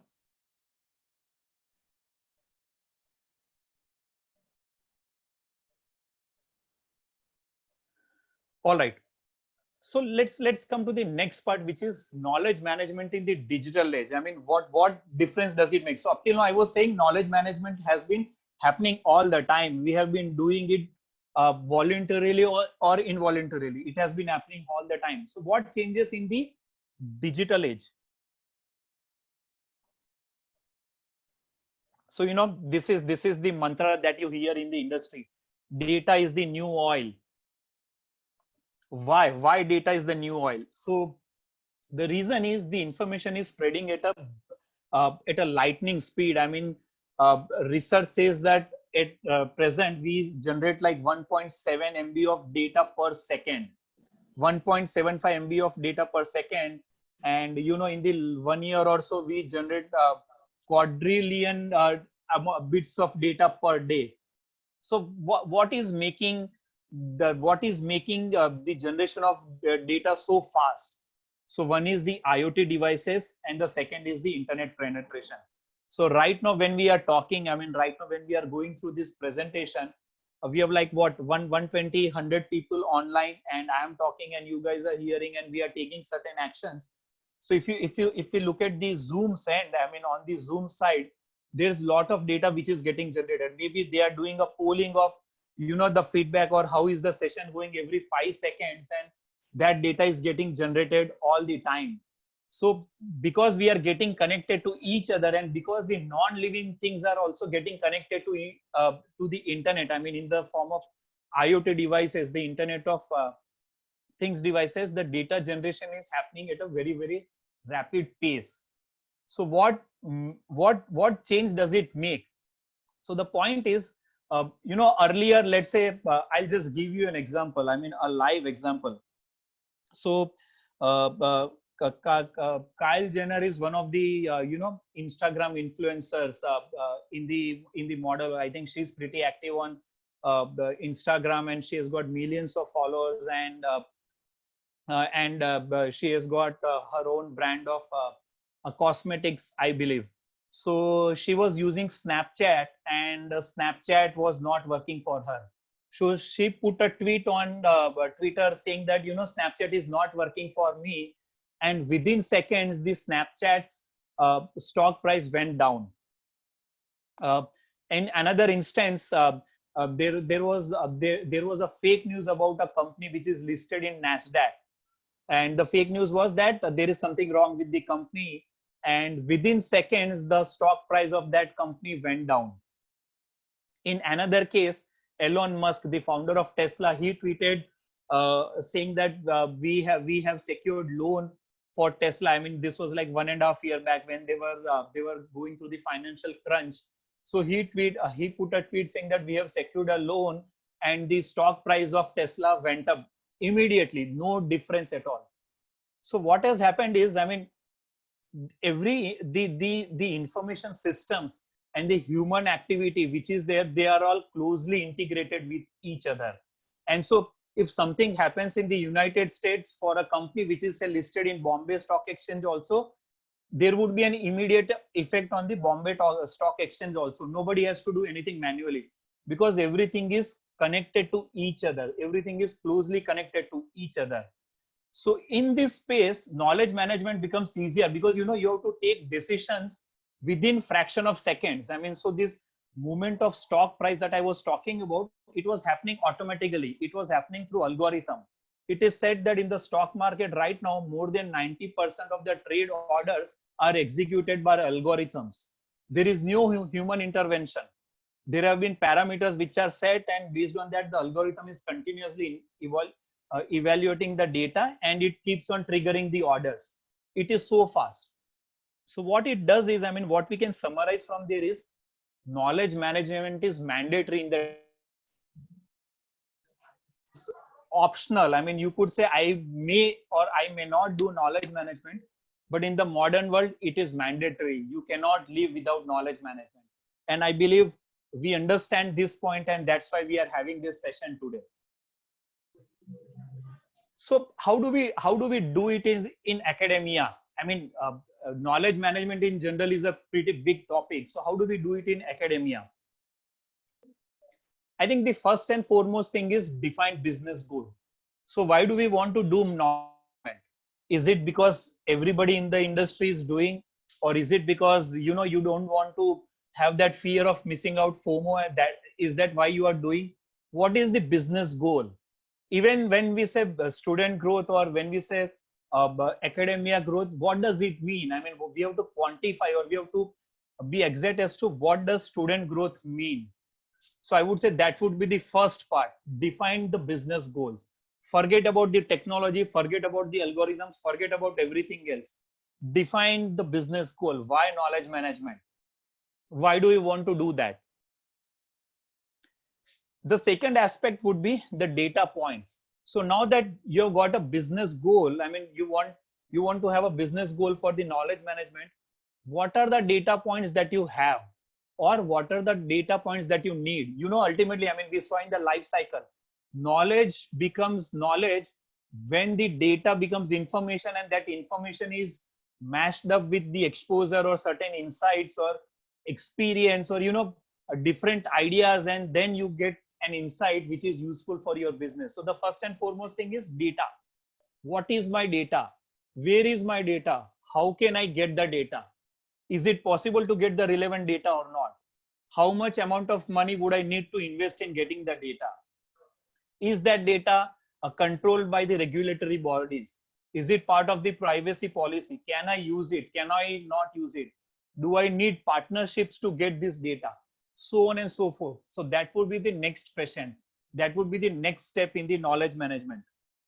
So, based on my understanding of academia, I mean, I work in the education technology domain. So based on my understanding, I thought these are the key data points for academia: the placement records, the student profiles, the student projects, the alumni network, the faculty profiles, the faculty research projects, admission records, and so on. I think the local geo-economic condition is a bit more interesting, and entrance test result, and so on. So once you have this, I mean, once you figure out what is the data, what are the data points, and you figure out the sources from where you get the data, what you need to do is information management. So the point is, how do we manage this data? How do we store this data? How do we standardize this data? What is the, what is the parent data? What is the child data? How are they connected to each other? All these aspects come into picture, and we call it information management. So typically what we do is we create processes to collect and store data. I'm sure you are doing this consciously, unconsciously, for sure. Every business does that. We are doing that. I mean, taking feedback after every session is information management or collecting data, as simple as that. So, but then when you are talking about organization wide knowledge management as a goal or as a project, you might want to make it more structured. You might want to make it more organized. So the next step would be to create processes to collect and store data. And then to do that, use relevant technologies, standardized data format. You might want to hire consultants, or you might want to do it on your own, or whatever. And then comes the technology aspect. So once you have figured out the data points, once you have figured out the information management processes, and you are pretty clear as to what we need to do, then comes the technology.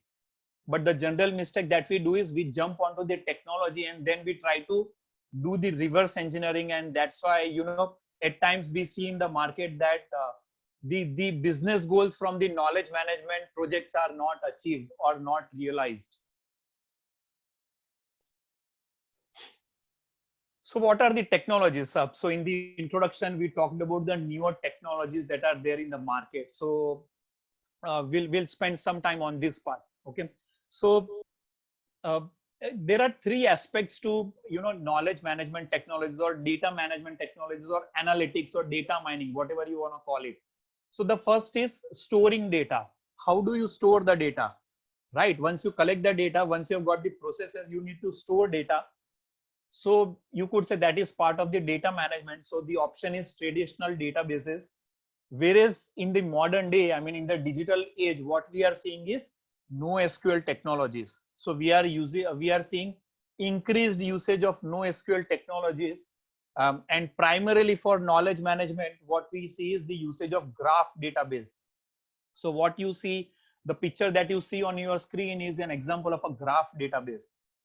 So, the point is, traditionally data was stored in the form of tables, rows and columns, very similar to the Excel files that we have. But the problem is, when you have data in the form of row and columns, the relationship which is required between the entities, maintaining that relationship and changing that relationship would become harder. And in our minds, I mean, if you look at the way information is processed by our minds, or memory is formed in our minds, it is not in the form of tables. It's a very different approach used by our mind. And graph database is said to be very much aligned to our mind. You could say graph database is like the mind map or the concept map. So what you see on your screen is an example of that. So I mean, this is an example for an insurance company. So the insurance company was building a solution to settle the claims for accidents. And so what you have got is, you have got car 1, car 2, car 3, and you have got the owners of each car, right? And then you have got the interaction between the owners of each car. So car 1 and car 1, the owner of car 1 damages the car 2, and there is a subject who is a witness. So there is this accident 1.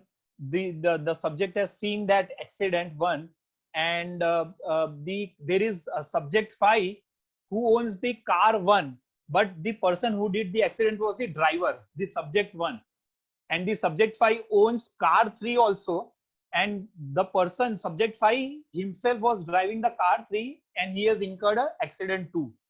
So there is so much of complexity in the real world, which is very difficult to grasp, or which is very difficult to organize in the form of relation database, or it has been done, but then probably the speed and everything was not up to the mark. So we see the world moving towards the graph databases, or NoSQL databases. So a good example would be, I would request all of you to open your open your browser, go to google.com and type AICTE. So if you search AICTE, what will happen is you will see the website of AICTE. I'm talking about when you open Google on your laptops or desktops. So you will see the first the first link of AICTE, the website of AICTE.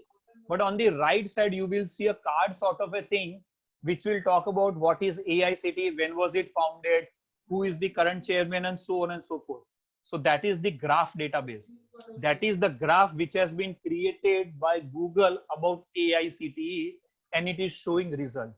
So, you know, in the modern day, we see graph database being used widely for knowledge management. When it comes to data processing, I mean, when we talk about big data, when we talk about data which is in GBs and which is in petabytes, the traditional computing technologies fail. And so what we do is we look at big data. So the Hadoop, the MapReduce, the HDFS, and Google BigQuery, and all those kind of technologies come into picture. But again, as I said in the last slide, we shouldn't get fascinated by the technology. A technology is an enabler. So we should have a clear business goal, what we want to do, how do we get the data, and then technology comes into picture. I mean, there are so many companies who do not use graph database, who do not use big data, but still they are able to derive business insights from whatever data they have. So again, technology is an enabler. Technology is not the barrier. Or the fantasy for technology shouldn't, you know, drive the business goals or shouldn't drive the project. And the most important you know, advancement which we can say which has happened in the digital age is in the insights retrieval domain. Yeah, so the data management was happening all the time. I mean, since the computer industry started, we have got databases and we have been processing data. So that has been happening all the time. The real advancement that has happened in the modern world is in the insights retrieval. So artificial intelligence and machine learning, I mean, this is part of our everyday life, whether we are doing it by choice or without our choice. I mean, without knowing about it, we are being part of AI and ML. I mean, the news feed that you see on your Facebook, the news feed that you see on your LinkedIn, the Google news feed that you get in your browser, everything is driven by AI ML. Or for that matter, when people use you know, these fancy filters in Snapchat to add you know, those crowns and the cat ears and the mustache to pictures, all that is AI ML. All that is image processing, hardcore AI ML in place. So AI ML is part of our daily lives, as simple as that. And what could be an example for knowledge management? So I could give this example. You know, there was this literature fest couple of years back, if I remember correctly, and Google had created this bot, I mean, this model, AI ML model, and it was trained on thousands of novels. And then the bot itself, the AI model itself came up with a novel, and that novel was part of that literacy fest. And actually, it had won the third prize in that fest. So, I mean, it is being said that whatever we were memorizing or whatever information or whatever we were talking about as the knowledge in human beings, because of our memory, probably all that will become part of AI ML. We don't need to remember things as such now. We need to be intuitive. I mean, that's why, you know, when we talk about skills of the 21st century, intuition, creativity, and all those aspects come into picture. So in the older days, if I was remembering, say, Fourier transform formula, I don't need to remember that. That formula is already embedded in one of the algorithms. I just need to know how it works and I can use it right away. It is as simple as that. Advanced search is a manifestation of AI ML. The other interesting area, again, in knowledge management, which we see is of chatbots. So I know, I mean, if you go to any website these days, I would say at least 70% of the website has got some sort of a chatbot. So what has happened is the FAQs, typically the FAQs, the frequently asked questions which were there on the websites to, you know, help people about the product and the services, they have been taken over by the chatbots. They have been taken over by the chatbots. That's a very, very crude and very, very simple example that I'm giving. But then the chatbot will use that FAQ to answer your queries. That's the stage one. But in the industry, we see voice assistants. I mean, the Alexa smart speaker, the Google Home smart speaker, or if you heard about GitHub has got their own chatbot called as HuBot. So HuBot acts as a developer itself. So the developers will pass on it their messages on their request to this chatbot, and the chatbot will then go through all the documentation, all the information that they have, and then it will come up with an answer which will help the developer. So there is this chatbot called as HuBot, which acts as the part of the development team.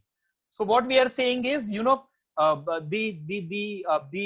older technology was store data everywhere and let people search and let people make sense of it. That was the older days idea.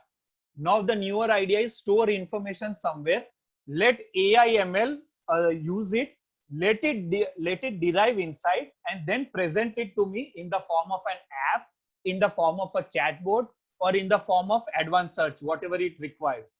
And then the person who is using it, he or she can in real time optimize it or change it and use it. So you could say, in between human and the knowledge or the data that we had, we have got another layer which is of AI and ML. I would say that would be the summary of knowledge management in the digital world.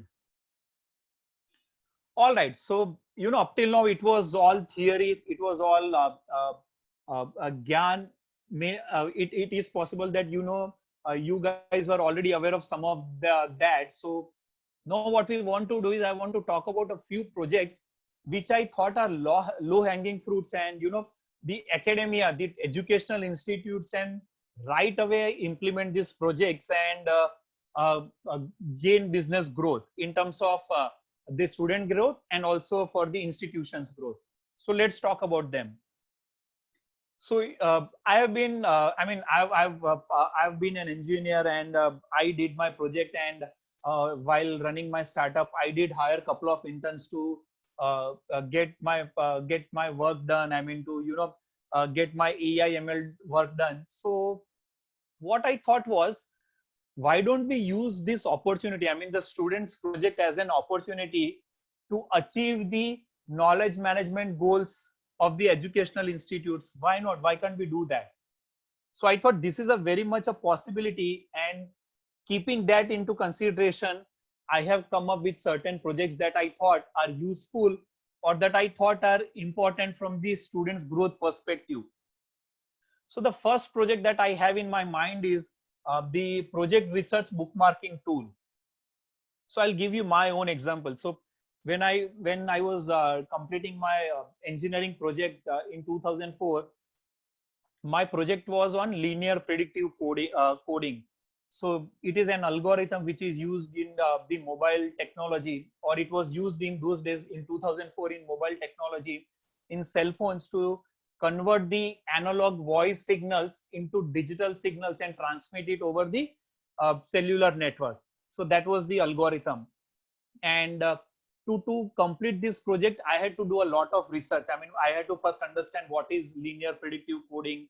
And when we figured out that it is all about voice signals, then we had to understand how human beings generate voice.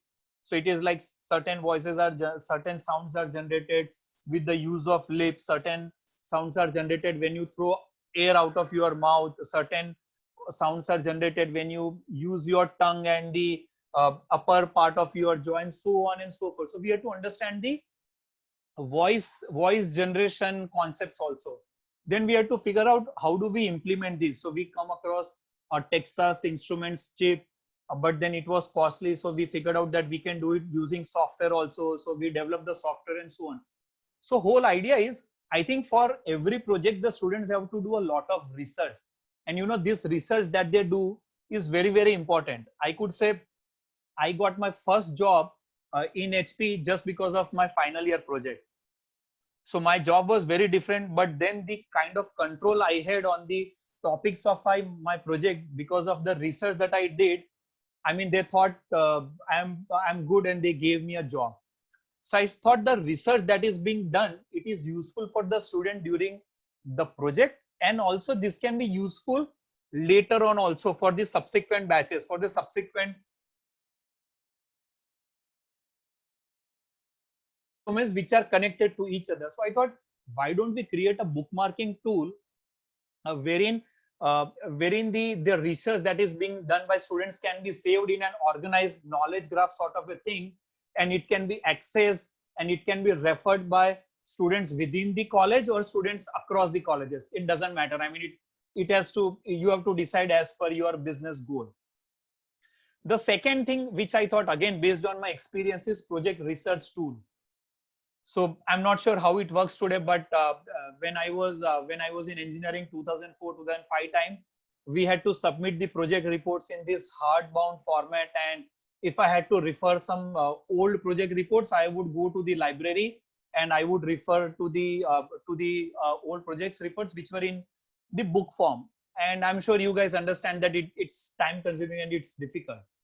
So the idea is, why don't we digitize these project research reports of faculty and of students, whatever is in public domain, and make it easy for students to refer them and reference them in their own research reports. Isn't it knowledge management at the end of day? I mean, Google Scholar is an example of this. That's what Google Scholar has done, isn't it? They have indexed all the patent data, all the research reports data that is available in the open internet, and and you can search and you can refer them in a single click. It saves so much of time and it creates credibility. I mean, whatever project I did, if that project was interesting and somebody is using it now, I mean, I believe that creates a chain, that creates a chain of the knowledge management and the people and the chain of credibility. So I thought this could be a second project which could be easily done under the students project program that we have in the academia. The next is, what subjects to be added. I think this is a fundamental question which every educational institute tries to answer.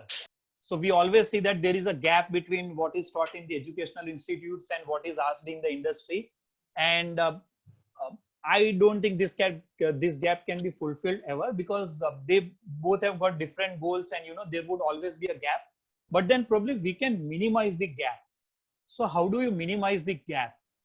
So right now, maybe to minimize the gap, we are dependent on the market research reports, or maybe we are dependent on the the experts' advice and the committees and all. Great. I mean, that should be there. But then maybe what we can do is we can use this as an advisor, and to find what needs to be taught in the next semester or in the next year, we can easily build an analytics tool. So let's say if we are focusing on region, and for an example, let's say Maharashtra is a sugar factory intensive state. So why don't we focus on technologies, or why don't we focus on newer things which are happening in the sugar industry? Or let's say automotive industry. I mean, automotive industry is pretty strong in Pune, and the automotive industry is going through a revolution. I mean, electric vehicles are just around the corner, and that will definitely have a disruption on the manufacturing plants, isn't it? So why don't we kind of analyze this and find out what needs to be taught ourselves, and then maybe we can use experts' advice to finalize, or to say that this is priority 1, this is priority 2, this is priority 3, and then go according to that. So again, using analytics is very, very easy, because all the information is available on the internet. Placement readiness tool, again, I think one of the key criteria for defining the success of an educational institute and for the students' growth is placement. I'm sure when people study, placement is always in their mind, and that is one way you can measure the success. So again, placement. Again, in placement, we always see that communication skills is a gap, or XYZ skills are gap. Why don't we use analytics again to identify what are the skills required by the companies which are coming to my college, or the kind of companies which come to my college, use that to the output of that tool to finalize the skills that need to be taught to people, and then get people ready all the time. And I mean, another example could be creating a bot. I think this happens in IELTS exam. So when you give this IELTS exam for the English comprehension test, I think there is a robot which talks, and you hear and you answer to that. So let's say if communication skills is a problem for us, we could very well create a bot, and that bot could understand the way you speak English, and that bot can give you a rating. How good was your English? What mistakes did you make? Were you fumbling? Were you using grammar incorrectly, and so on? So these were some of the projects which I thought, and you might wonder, why am I calling this low hanging fruits? And you might think these are technically very difficult, but they are not. Actually, for all the projects that I talked about, if you go online, if you search, you will find almost 50 to 60% of the code ready-made. You just have to change or optimize the software for your purpose, and that's about it. You would be able to implement some part of these projects in your colleges, and realize the goals of knowledge management. So yeah, I would say knowledge management is not a project, knowledge management is not a one-time project. It's an ongoing journey, and in this journey we have got multiple milestones. So we keep we keep growing, we keep improvising our knowledge management practices, but the milestones are probably the immediate goals, the immediate business goals that we want to achieve. So I would say that's it about from my side. I would be happy to answer questions if there are any.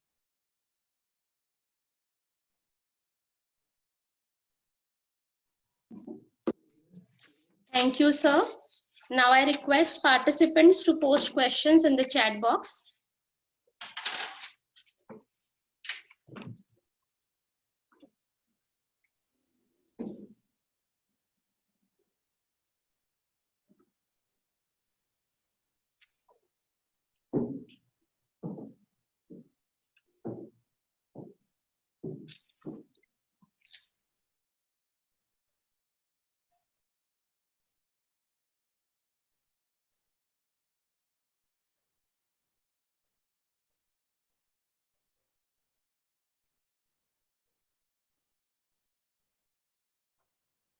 So I think this dialogue was used by my teachers, my professors on me, and maybe I should use it. If there are no questions, it means सब कुछ समझ में आ गया या कुछ नहीं आया. So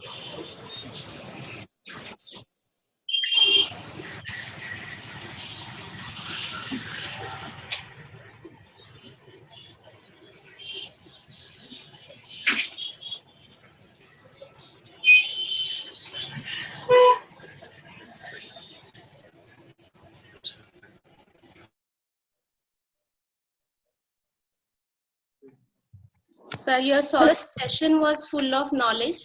That it Hello, will sir. take time to construct few questions. Sir, it was crisp and clear, sir. The information which you have given, the knowledge which was being given. So that is the reason we don't have any questions. Thank you, Dr. very Prema. much, sir. Thank you, Dr. Prema. So there is one question: how POM related to database? POM. How POM relate to database? Can you elaborate on what is POM? Persistent object management. Sorry? Persistent object management. And how it is related to database? Okay, so what I understand is, I mean, I am not an expert on the POM side, but what I understand is persistence. I'll go by the word. So persistence is all about ensuring that that data is there, and even in case of failure, we do not lose the data. So for this, we have got various methodologies. So in the databases, in the older days, what we had a database, and we had a cold backup and we had hot backup, and we would use golden gates to replicate the data. But in the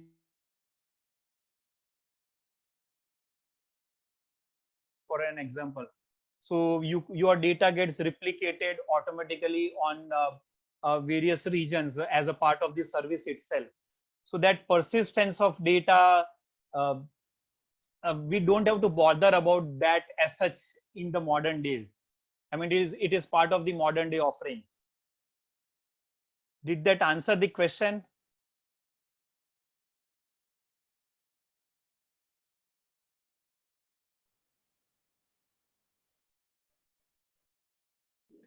Yes, sir. Okay, I think there is one more question. Sir, as we are saying data as a fuel, but in data analytics, it is a kind of fuel which we can use further study. Unlike a fuel which get burnt after one time use, and is there some quantity to get used to get required output for us? I think you are saying when we say data as a fuel, fuel gets burnt away, but then the data can be continued. So if oil is the word which is confusing, think of it as energy. So energy is all prevalent. The energy moves from one form to another. So if oil runs away, we would get renewable energy. We would probably go towards the solar energy or something. So I think that way the data, I mean, data is basically a loop cycle. So even if you do not want, when you use your smartphone, I don't know what amount of data that you are generating, but you are for sure generating data. Or when you posted this question, you have generated a data. So it's a cyclic part. I didn't get the second part, wherein is there some quantity to get used to get required output for us? I'm not sure I fully understand. Okay, so the next question is, big data includes knowledge management, or we have to interpret big data for knowledge management? I would say interpret big data for knowledge management. So knowledge management is a concept. So knowledge management is a concept. So I'll give you a simple example. When I browse the internet, I use bookmarks. I'm sure when you browse the internet, you use bookmarks. Or when you use Facebook, you put like on certain posts, isn't it? So in a very crude way, we can say that is knowledge management. But then to realize the knowledge management goals in the business setting, we need to process data. And that's where big data comes into picture. So when we talk about is in TBs and petabytes and unstructured data, primarily unstructured data, we use big data technologies there. So yeah, you can say for realize knowledge management, though big data is not mandatory. So the next question is how knowledge management can be effective for employee training and development. So I would say there are two examples, and one of the example is, I would say it's a norm in the market, and that's why I didn't talk about it, and that is the progressive learning or progressive examination that we have. So I think if you on the test portals these days, if you take the examinations or the assessments based on the type of question that you answer, there is an algorithm which gauges what type of what is your skill set or what is your level of preparation, and based on that it will change the question. So that is a norm in the market these days, and that's why I didn't talk about it. But then an interesting, I don't know if we can call it knowledge management, but it's still it is part of the employee training, is the simulation technologies. So AR, VR, augmented reality, virtual reality, and mixed reality are becoming a norm these days. So what you do is, or in fact we have done, when I was working, we have done for one of the companies was, we created a simulation for a manufacturing plant, wherein in the manufacturing plant people have to drive these vehicles which are used to carry the heavy loads, and they have to follow the tracks which are made in the plant. And when you are a new driver, there is a possibility that you might miss the track and it could result in a fatal accident. So it is very important that the person is trained to drive that. So how do you give that training? So the idea was we could use a virtual reality goggle, and then the person would, drive the vehicle virtually and get trained, because the impressions are being made in your mind. Though you are not driving it physically, the impressions are being made in your mind. A good example would be a Maruti driving school. So maybe if you have learned driving from Maruti driving school for the first 3 or 4 days, you sit on a simulator where you drive, where you learn to drive the car, which is supposed to be given to the employee, and they have created, and then the same simulation is being used to train the employee. So that is one way of using it. I hope that answered your question, Punit Kumar. Okay, thank you, sir. The concept of knowledge management and its application in academics, the knowledge management technologies, you have explained these concepts very well. A very nice coverage of the topic.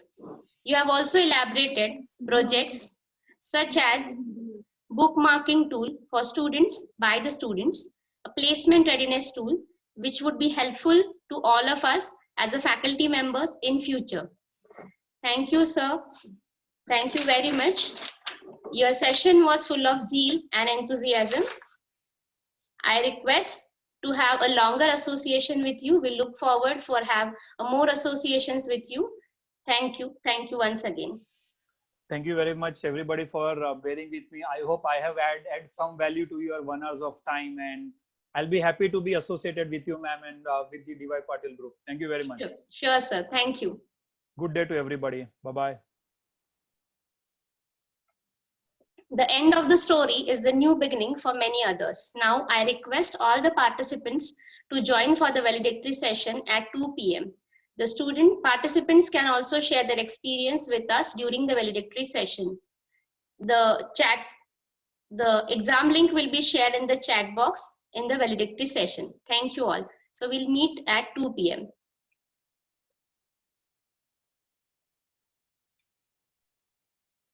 Madam, is a valedictory over Zoom or? Yes, sir. Same ID.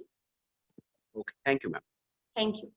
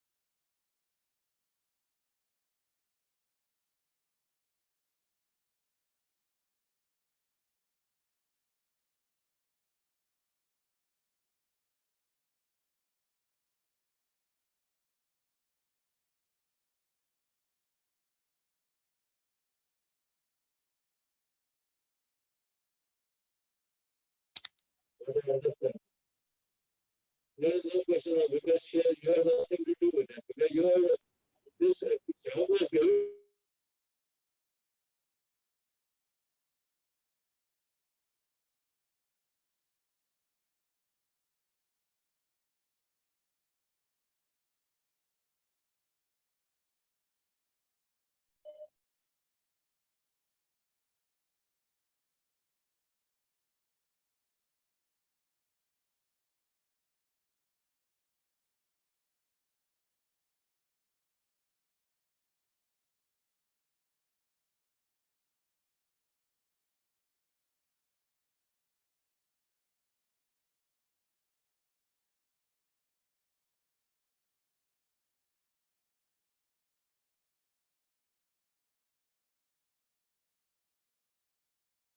Will be starting soon. Good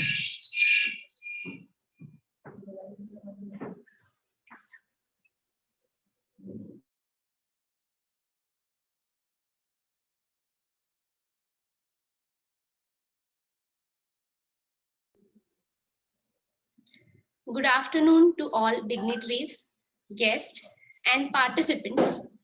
With great joy and immense pleasure, I feel privileged to extend my warm welcome to all present here for valedictory session of 5 days online FDP on managing businesses through emerging technologies and management information system, sponsored by AICTE ATAL, organized by Dr. D.Y. Patil Institute of Management and Research, Pimpri, Pune.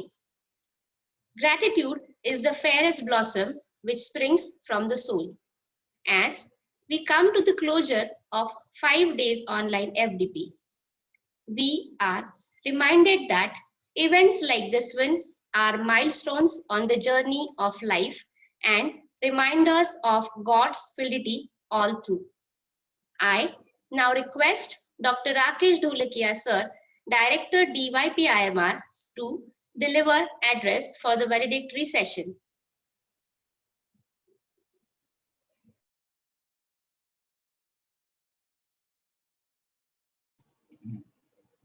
Good afternoon, madam. Am I audible?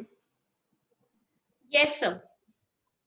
Very good afternoon to all the faculty members who have joined this very momentous faculty development program on a very, very new platform, both for us as well as you people. I have to, first of all, thank AICTE ATAL Academy to have reposed their trust in this organization, in this institution, and let us hold this 5 days FDP program. I also wish to very heartily thank our management, that is Honorable Dr. P.B. Patil sir, and our secretary, Dr. Somnath Patil sir, to have cooperated in every which way possible to make this function a success. I also am deeply in gratitude of all the speakers, senior managers from different industries, very busy academics, experts of different domains, who spared their valuable time to come and speak on this new platform. Last but not least, the faculty members who put in all their efforts, right from planning, conceptualization to execution of this FDP. The team members who are my colleagues, I congratulate them for a very successful 5-day FDP program. 5 days is a long time, you know, and for speakers, it may be a 1.5 hour session. For the audience, it's a big ordeal. So I, in the end, would like to deeply congratulate all the audience, all the faculty members who joined this FDP, very patiently and very, very attentively attended the FDP. And I seriously and earnestly hope that they would have derived immense inspiration as well as knowledge from this 5 days FDP program. I once again wish to thank you all for your cooperation and your blessings. Thank you. Thank you, sir, for your inspirational words to us. We are inspired from your thoughts every time. We feel privileged to work under your dynamic leadership and guidance. Now, I request Dr. Shikha Dubey, Head of Department MCA, with 15+ years of rich experience in academics and research, to deliver vote of thanks.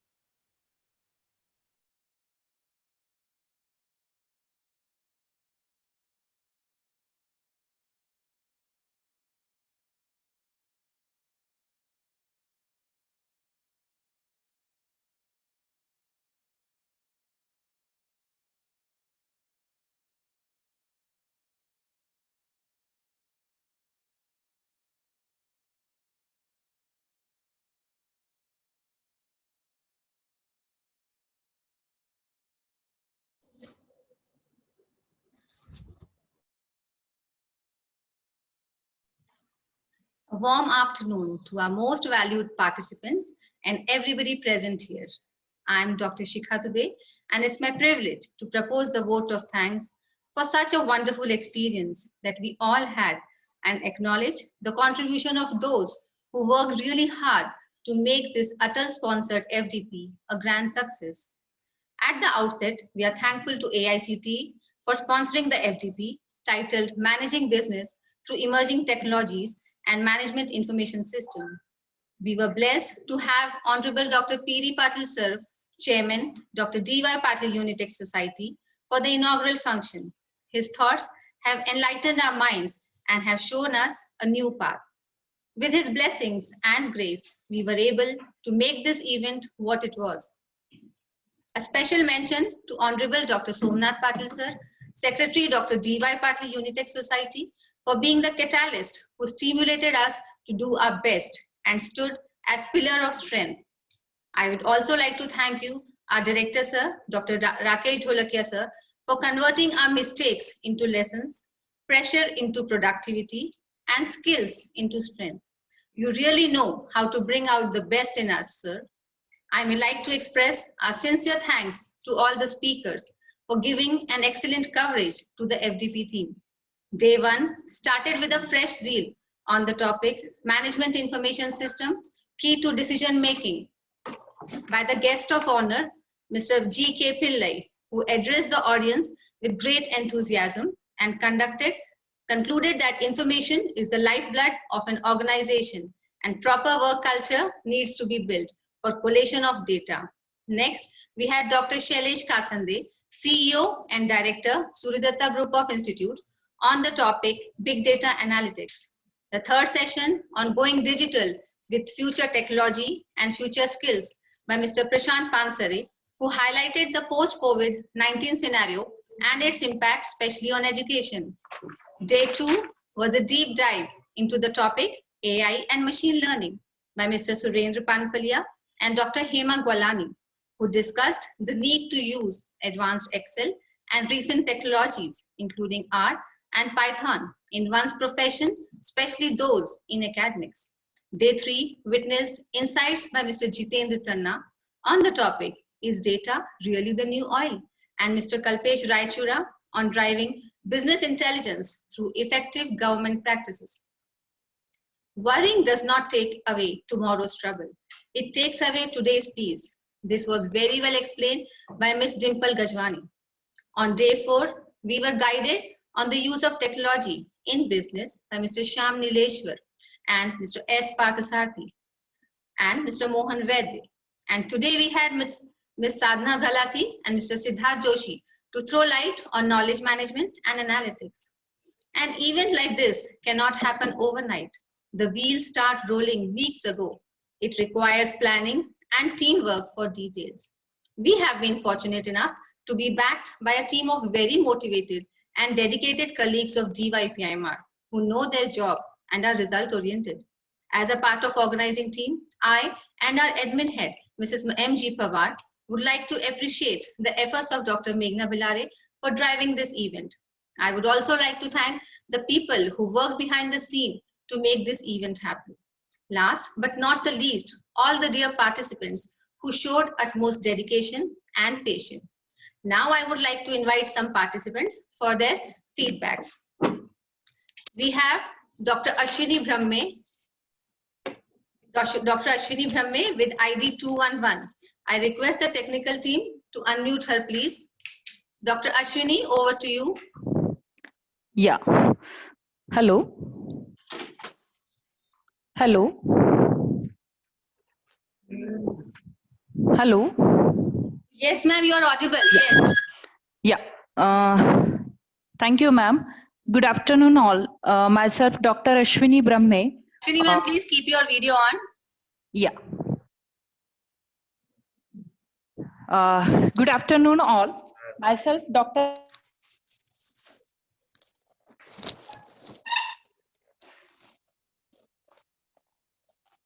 Ma'am, I think a big thank you to all of you to organize.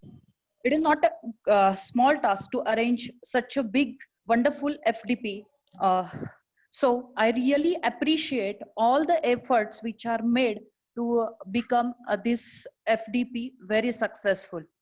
A lot of thanks for various sessions as well as all the sessions for this FDP are very knowledgeable, innovative, and applicable to the current trends into the current industry. Special thanks for arranging stress management session. Really, it was very great and it is very helpful during this pandemic situation. Overall coordination of this entire faculty development program was very good, excellent. All the organizing members as well as all the faculty members are very cooperative during this online platform, as well as sharing the daily schedule and the videos, notes, PPT. So thanks a lot for arranging such a wonderful faculty development program. Really, it is very knowledgeable. We hope to participate in coming more FDPs from your institute, ma'am. Thank you very much. Thank you, Ashwini ma'am. Thank you so much. It was good to hear from you. Now I request Mr. Rajiv Ranjan from Magad University with ID 114 to give his valuable feedback. Over to you, sir. Good afternoon to all of you. This is Rajiv Ranjan Jha. Sir, you are not audible. Please be a bit louder. Good afternoon to all of you. This is Rajiv Ranjan Jha from Magad University. Thank you so much for giving me the opportunity to be part of this wonderful 5 days FDP program. This program helped us to understand the different tools of modern business technology, which is necessary for survival, not only in the market, but also to get the competitive advantage. It was a great combination of topics with highly qualified resource persons, ranging from MIS, big data analytics, AI and ML, knowledge management, e-commerce, utility of advanced MS Excel, to stress management. Indeed, it's a great learning experience for all of us, and surely we will able to pass the gained knowledge to the future generation, which help them to be industry ready personnel and thrive in their domain. Thank you once again from my side. This is Rajiv Ranjan Jha signing off from Magad University. My unique ID is 114. Thank you so much. Thank you, Rajiv sir. Thank you so much. Actually, this online platform has brought everyone so closer. Great. Otherwise, it was not possible that people from Magad University, from Karnataka, and from other states could join such an FDP program. So due to this COVID, we have got some positives. So out of that, this is one positive that we have achieved, that distance is now nothing. Surely. So through online, we can connect so fast with everybody. Thank you, sir. Thank you so much. Very good. Thank you. Now I request other participants also.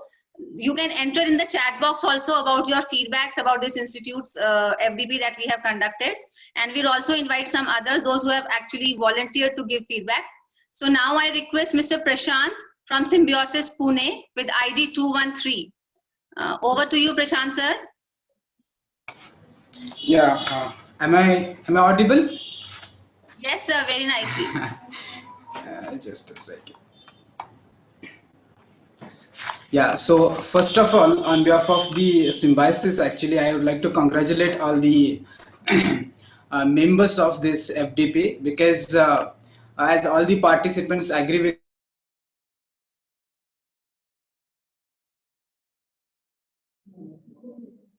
Sir, you're not audible, sir. Please.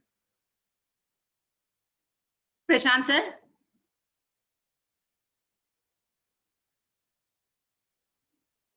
Prashant sir, some technical issues, you're not audible, sir.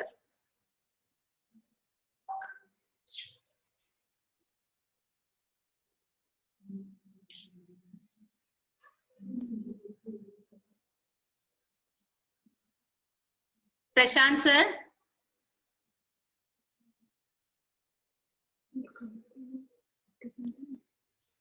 Sir, if there is some technical glitch, we'll come back to you. Prashant sir, we'll come back to you if there is some technical glitch.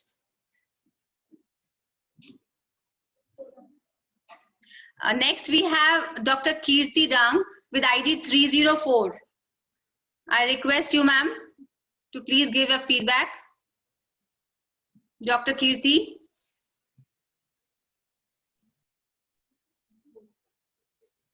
I'm audible? Yes, ma'am, you are audible. Yeah. Very good afternoon to everyone. Good to see you, Kirti ma'am. After so many years, I'm seeing you. Yeah, I really found the FDP to be very informative. The FDP on managing businesses through emerging technologies and MIS had provided with specific hand-on skills to us. Personally, I feel that these skills will be invaluable in my research work as well as profession. It was really encouraging to know all these things, which has given us an insight and understandable view on these topics which have been discussed during the 5 days of this FDP, and which will be really useful for daily basis in research and business process. Talking about the presenters, that especially the speakers, they were really very knowledgeable. Each session was unique, and it was really amazing to be the part of this FDP. I would say that this FDP has overall enlightened everyone with the topic which was covered in it. Not a single topic was repeated, not a single session was, you can say, not useful. Each and every session, word, the videos which were shared during the process were so amazing and so easy to understand that really I will say this 5 days FDP was useful to each and every one of us. So that's it. Thank you, and thank you all the organizers to organize such a wonderful FDP, looking ahead for few such more FDPs to come. Thank you everyone. Dr. Kirti Danglongani from ADYPU, Pune. Thank you, Dr. Kirti. Thank you so much. It was wonderful to hear from you. And even we have been receiving feedback from all participants that they were very happy. Now I would request Prashant sir, is your audio technical issues solved? Yeah, I hope now I'm audible. Yes. Yes, definitely, sir. You can start. Yes. Actually, from Symbiosis, I was congratulating the team DYPIMR for arranging such a wonderful session on MIS, because you have covered the MIS in 360 degree actually. No doubt the speakers and sessions were fantastic and fabulous. They are stalwarts of this area actually. But I would like to congratulate and thank the team over there which is arranging this FDP. Okay, so they, you can I switch would on like your video, sir. Prashant sir, sorry. Switch on your video. I think the problem was happened due to the video switching on only last time. Okay, then continue, sir. No issues. Continue. So so then I'll just this FDP ma'am and the team. This FDP was actually the best example of a session which is properly planned, well organized and executed, fabulous team efforts, and extraordinary backup support of your team. So we have discussed about this session over here in Symbiosis, and they have in fact told me to summarize this to my entire team over here. So for that also I would like to thank the DPU management and other staff who is arranging this session. Thank you so much.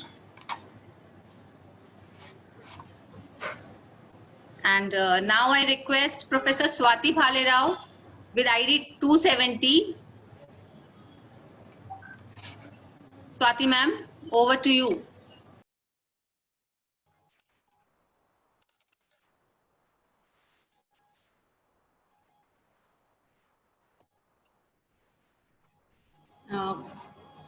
Hello, ma'am.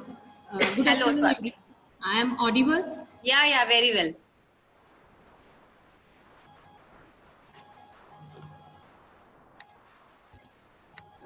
Hello? Yes, continue, ma'am. Continue, ma'am.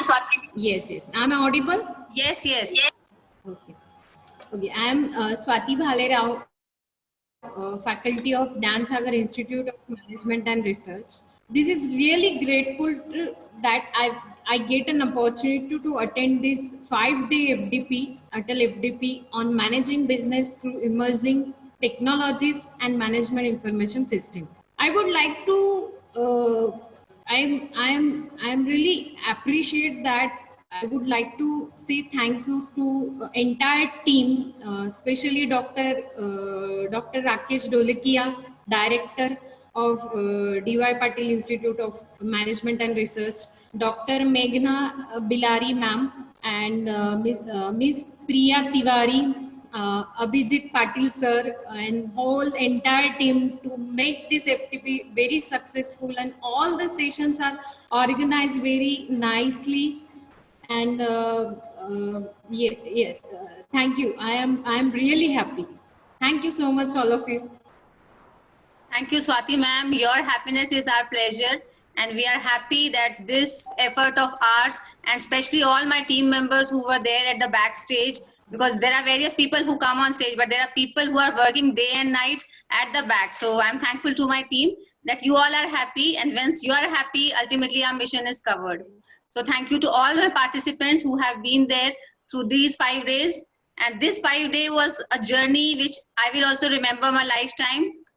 And now I would like to tell to all the participants that exam link will be shared in the chat box.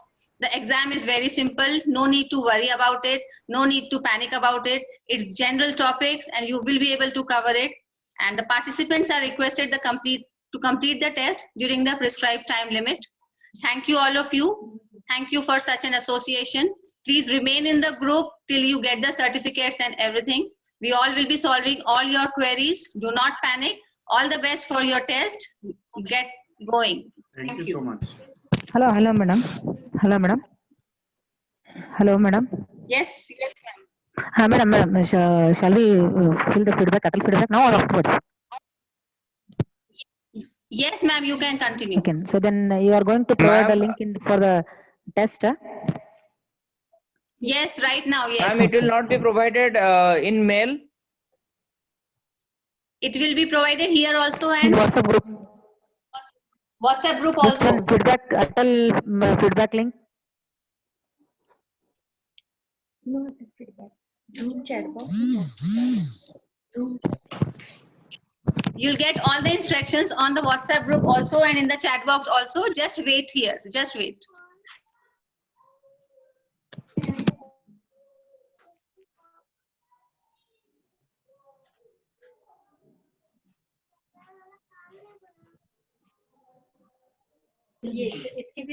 Dear participants, the test link is already shared in the chat box.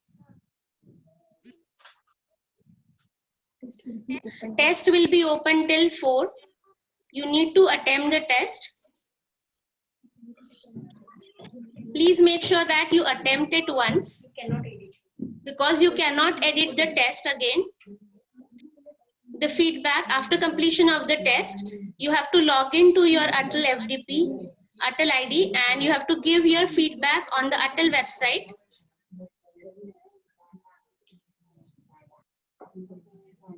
I have submitted the feedback in ATAL website.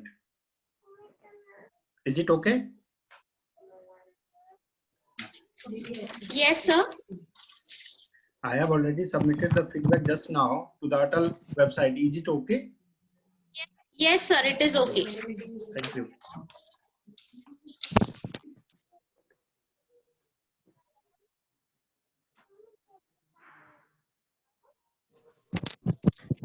Hello. Yes, ma'am. Is there any time limit regarding test or we can do till 4 p.m.? Yes, ma'am. The test timing is 3 to 4. The test will be valid for 1 hour. Make sure that you attempt it once. Okay. Because you cannot edit it later on. Okay. Okay. And the link is provided right now. So can we start attempting it right now or at 3 p.m. only? Hello. Hello. Ma'am, you can attempt the test right now. Okay. Thank you. Make sure that all of you will give your feedback on ATAL website, because these are one of the criterias. 80% attendance, 60% marks in test, and ATAL feedback is compulsory to receive your certificates. Okay. Thank you.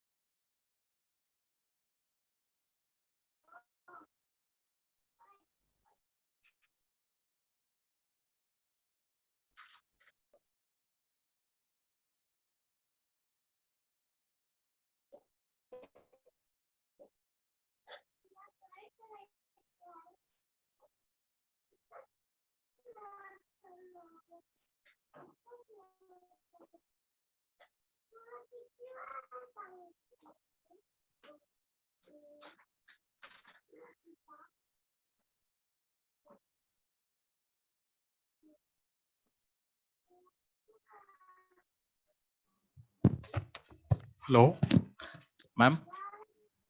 Are you hear me? Yes, sir. Ma'am, unique ID means which one? You have provided this email unique ID? Yes, sir. Yes, sir. The same ID you have to put. Okay. Thank you.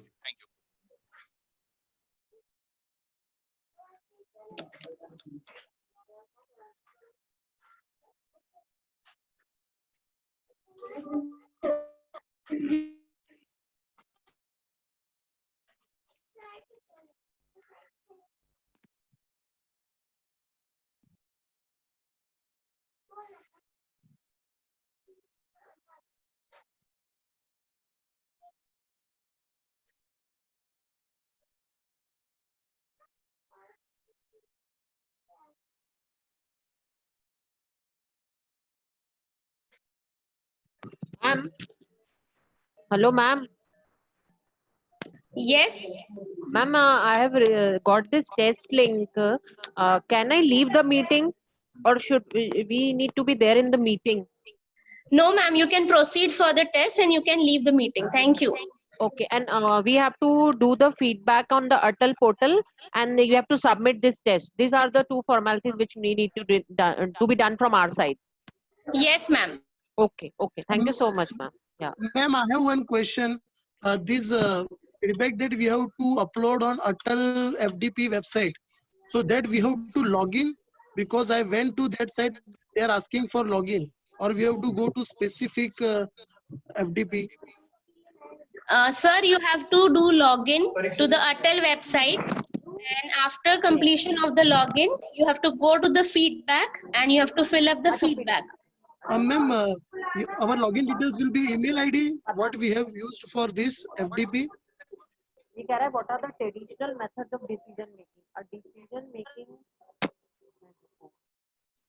No, sir. The login details will be the ATAL login details, not the FDP login details. Okay, ma'am. Okay. Through which you have logged in and you have applied for this particular FDP. Understood, ma'am. Thank you, ma'am.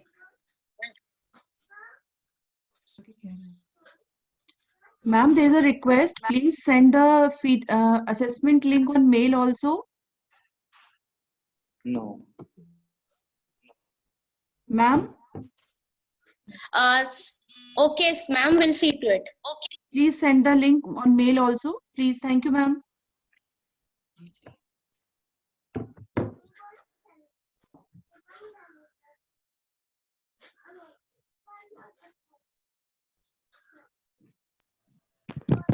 Yes, madam. Please send the mail to the link. Please send the link to the mail, madam. Sorry.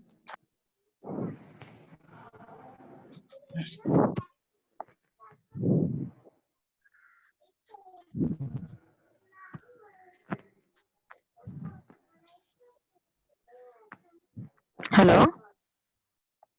Hello, madam. Yes, ma'am. Please send the link to the mail. Will you send it the test link to the mail? Already sent. Actually, ma'am, we already sent it in chat box. You check your chat box. Yeah, it is Through there in that the chat link. box. Huh? No, Yeah, no, yeah, to yeah. the mail, to the mail, sir, madam. Ma'am, we cannot share it on the mail. Already shared. Okay, ma'am, please send it on chat box again. Once again, please Ma'am, send we it have in chat already box. shared the Ma'am, I will share to the mail. If it is possible, then please share it on mail ID also. Ma'am, we have already shared the link in the chat box in the You WhatsApp have group and shared in the also on chat the box, mail. but I have logged in from another device and it is, now link is not visible to me. My laptop Ma'am, we have has already discharged shared and the I have link logged in on from the my phone, WhatsApp. so it is not visible to me in chat box.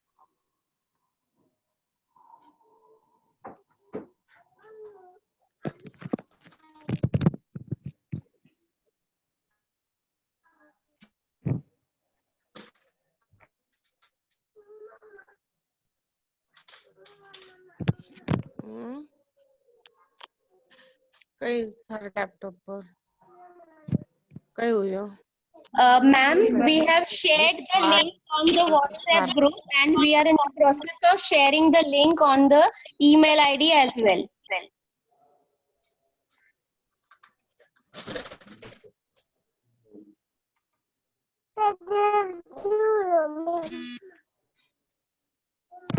Not yet received the this test link on in the WhatsApp group, madam.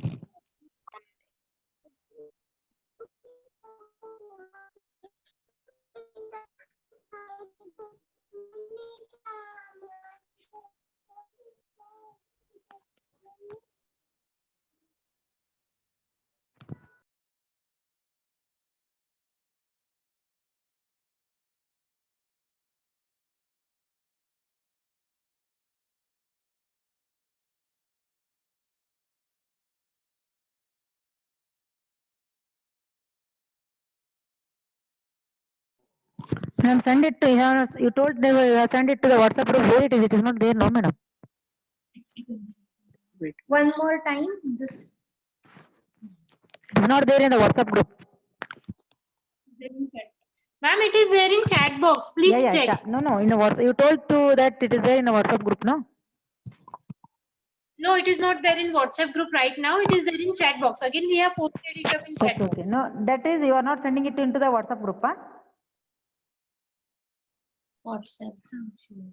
Ma'am, it's share on the WhatsApp group as well. Kindly see to it. No, madam, no.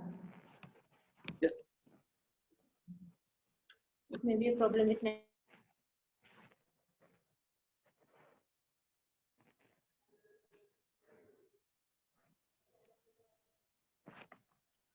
Thank you, ma'am. It's on WhatsApp. Thank you, ma'am.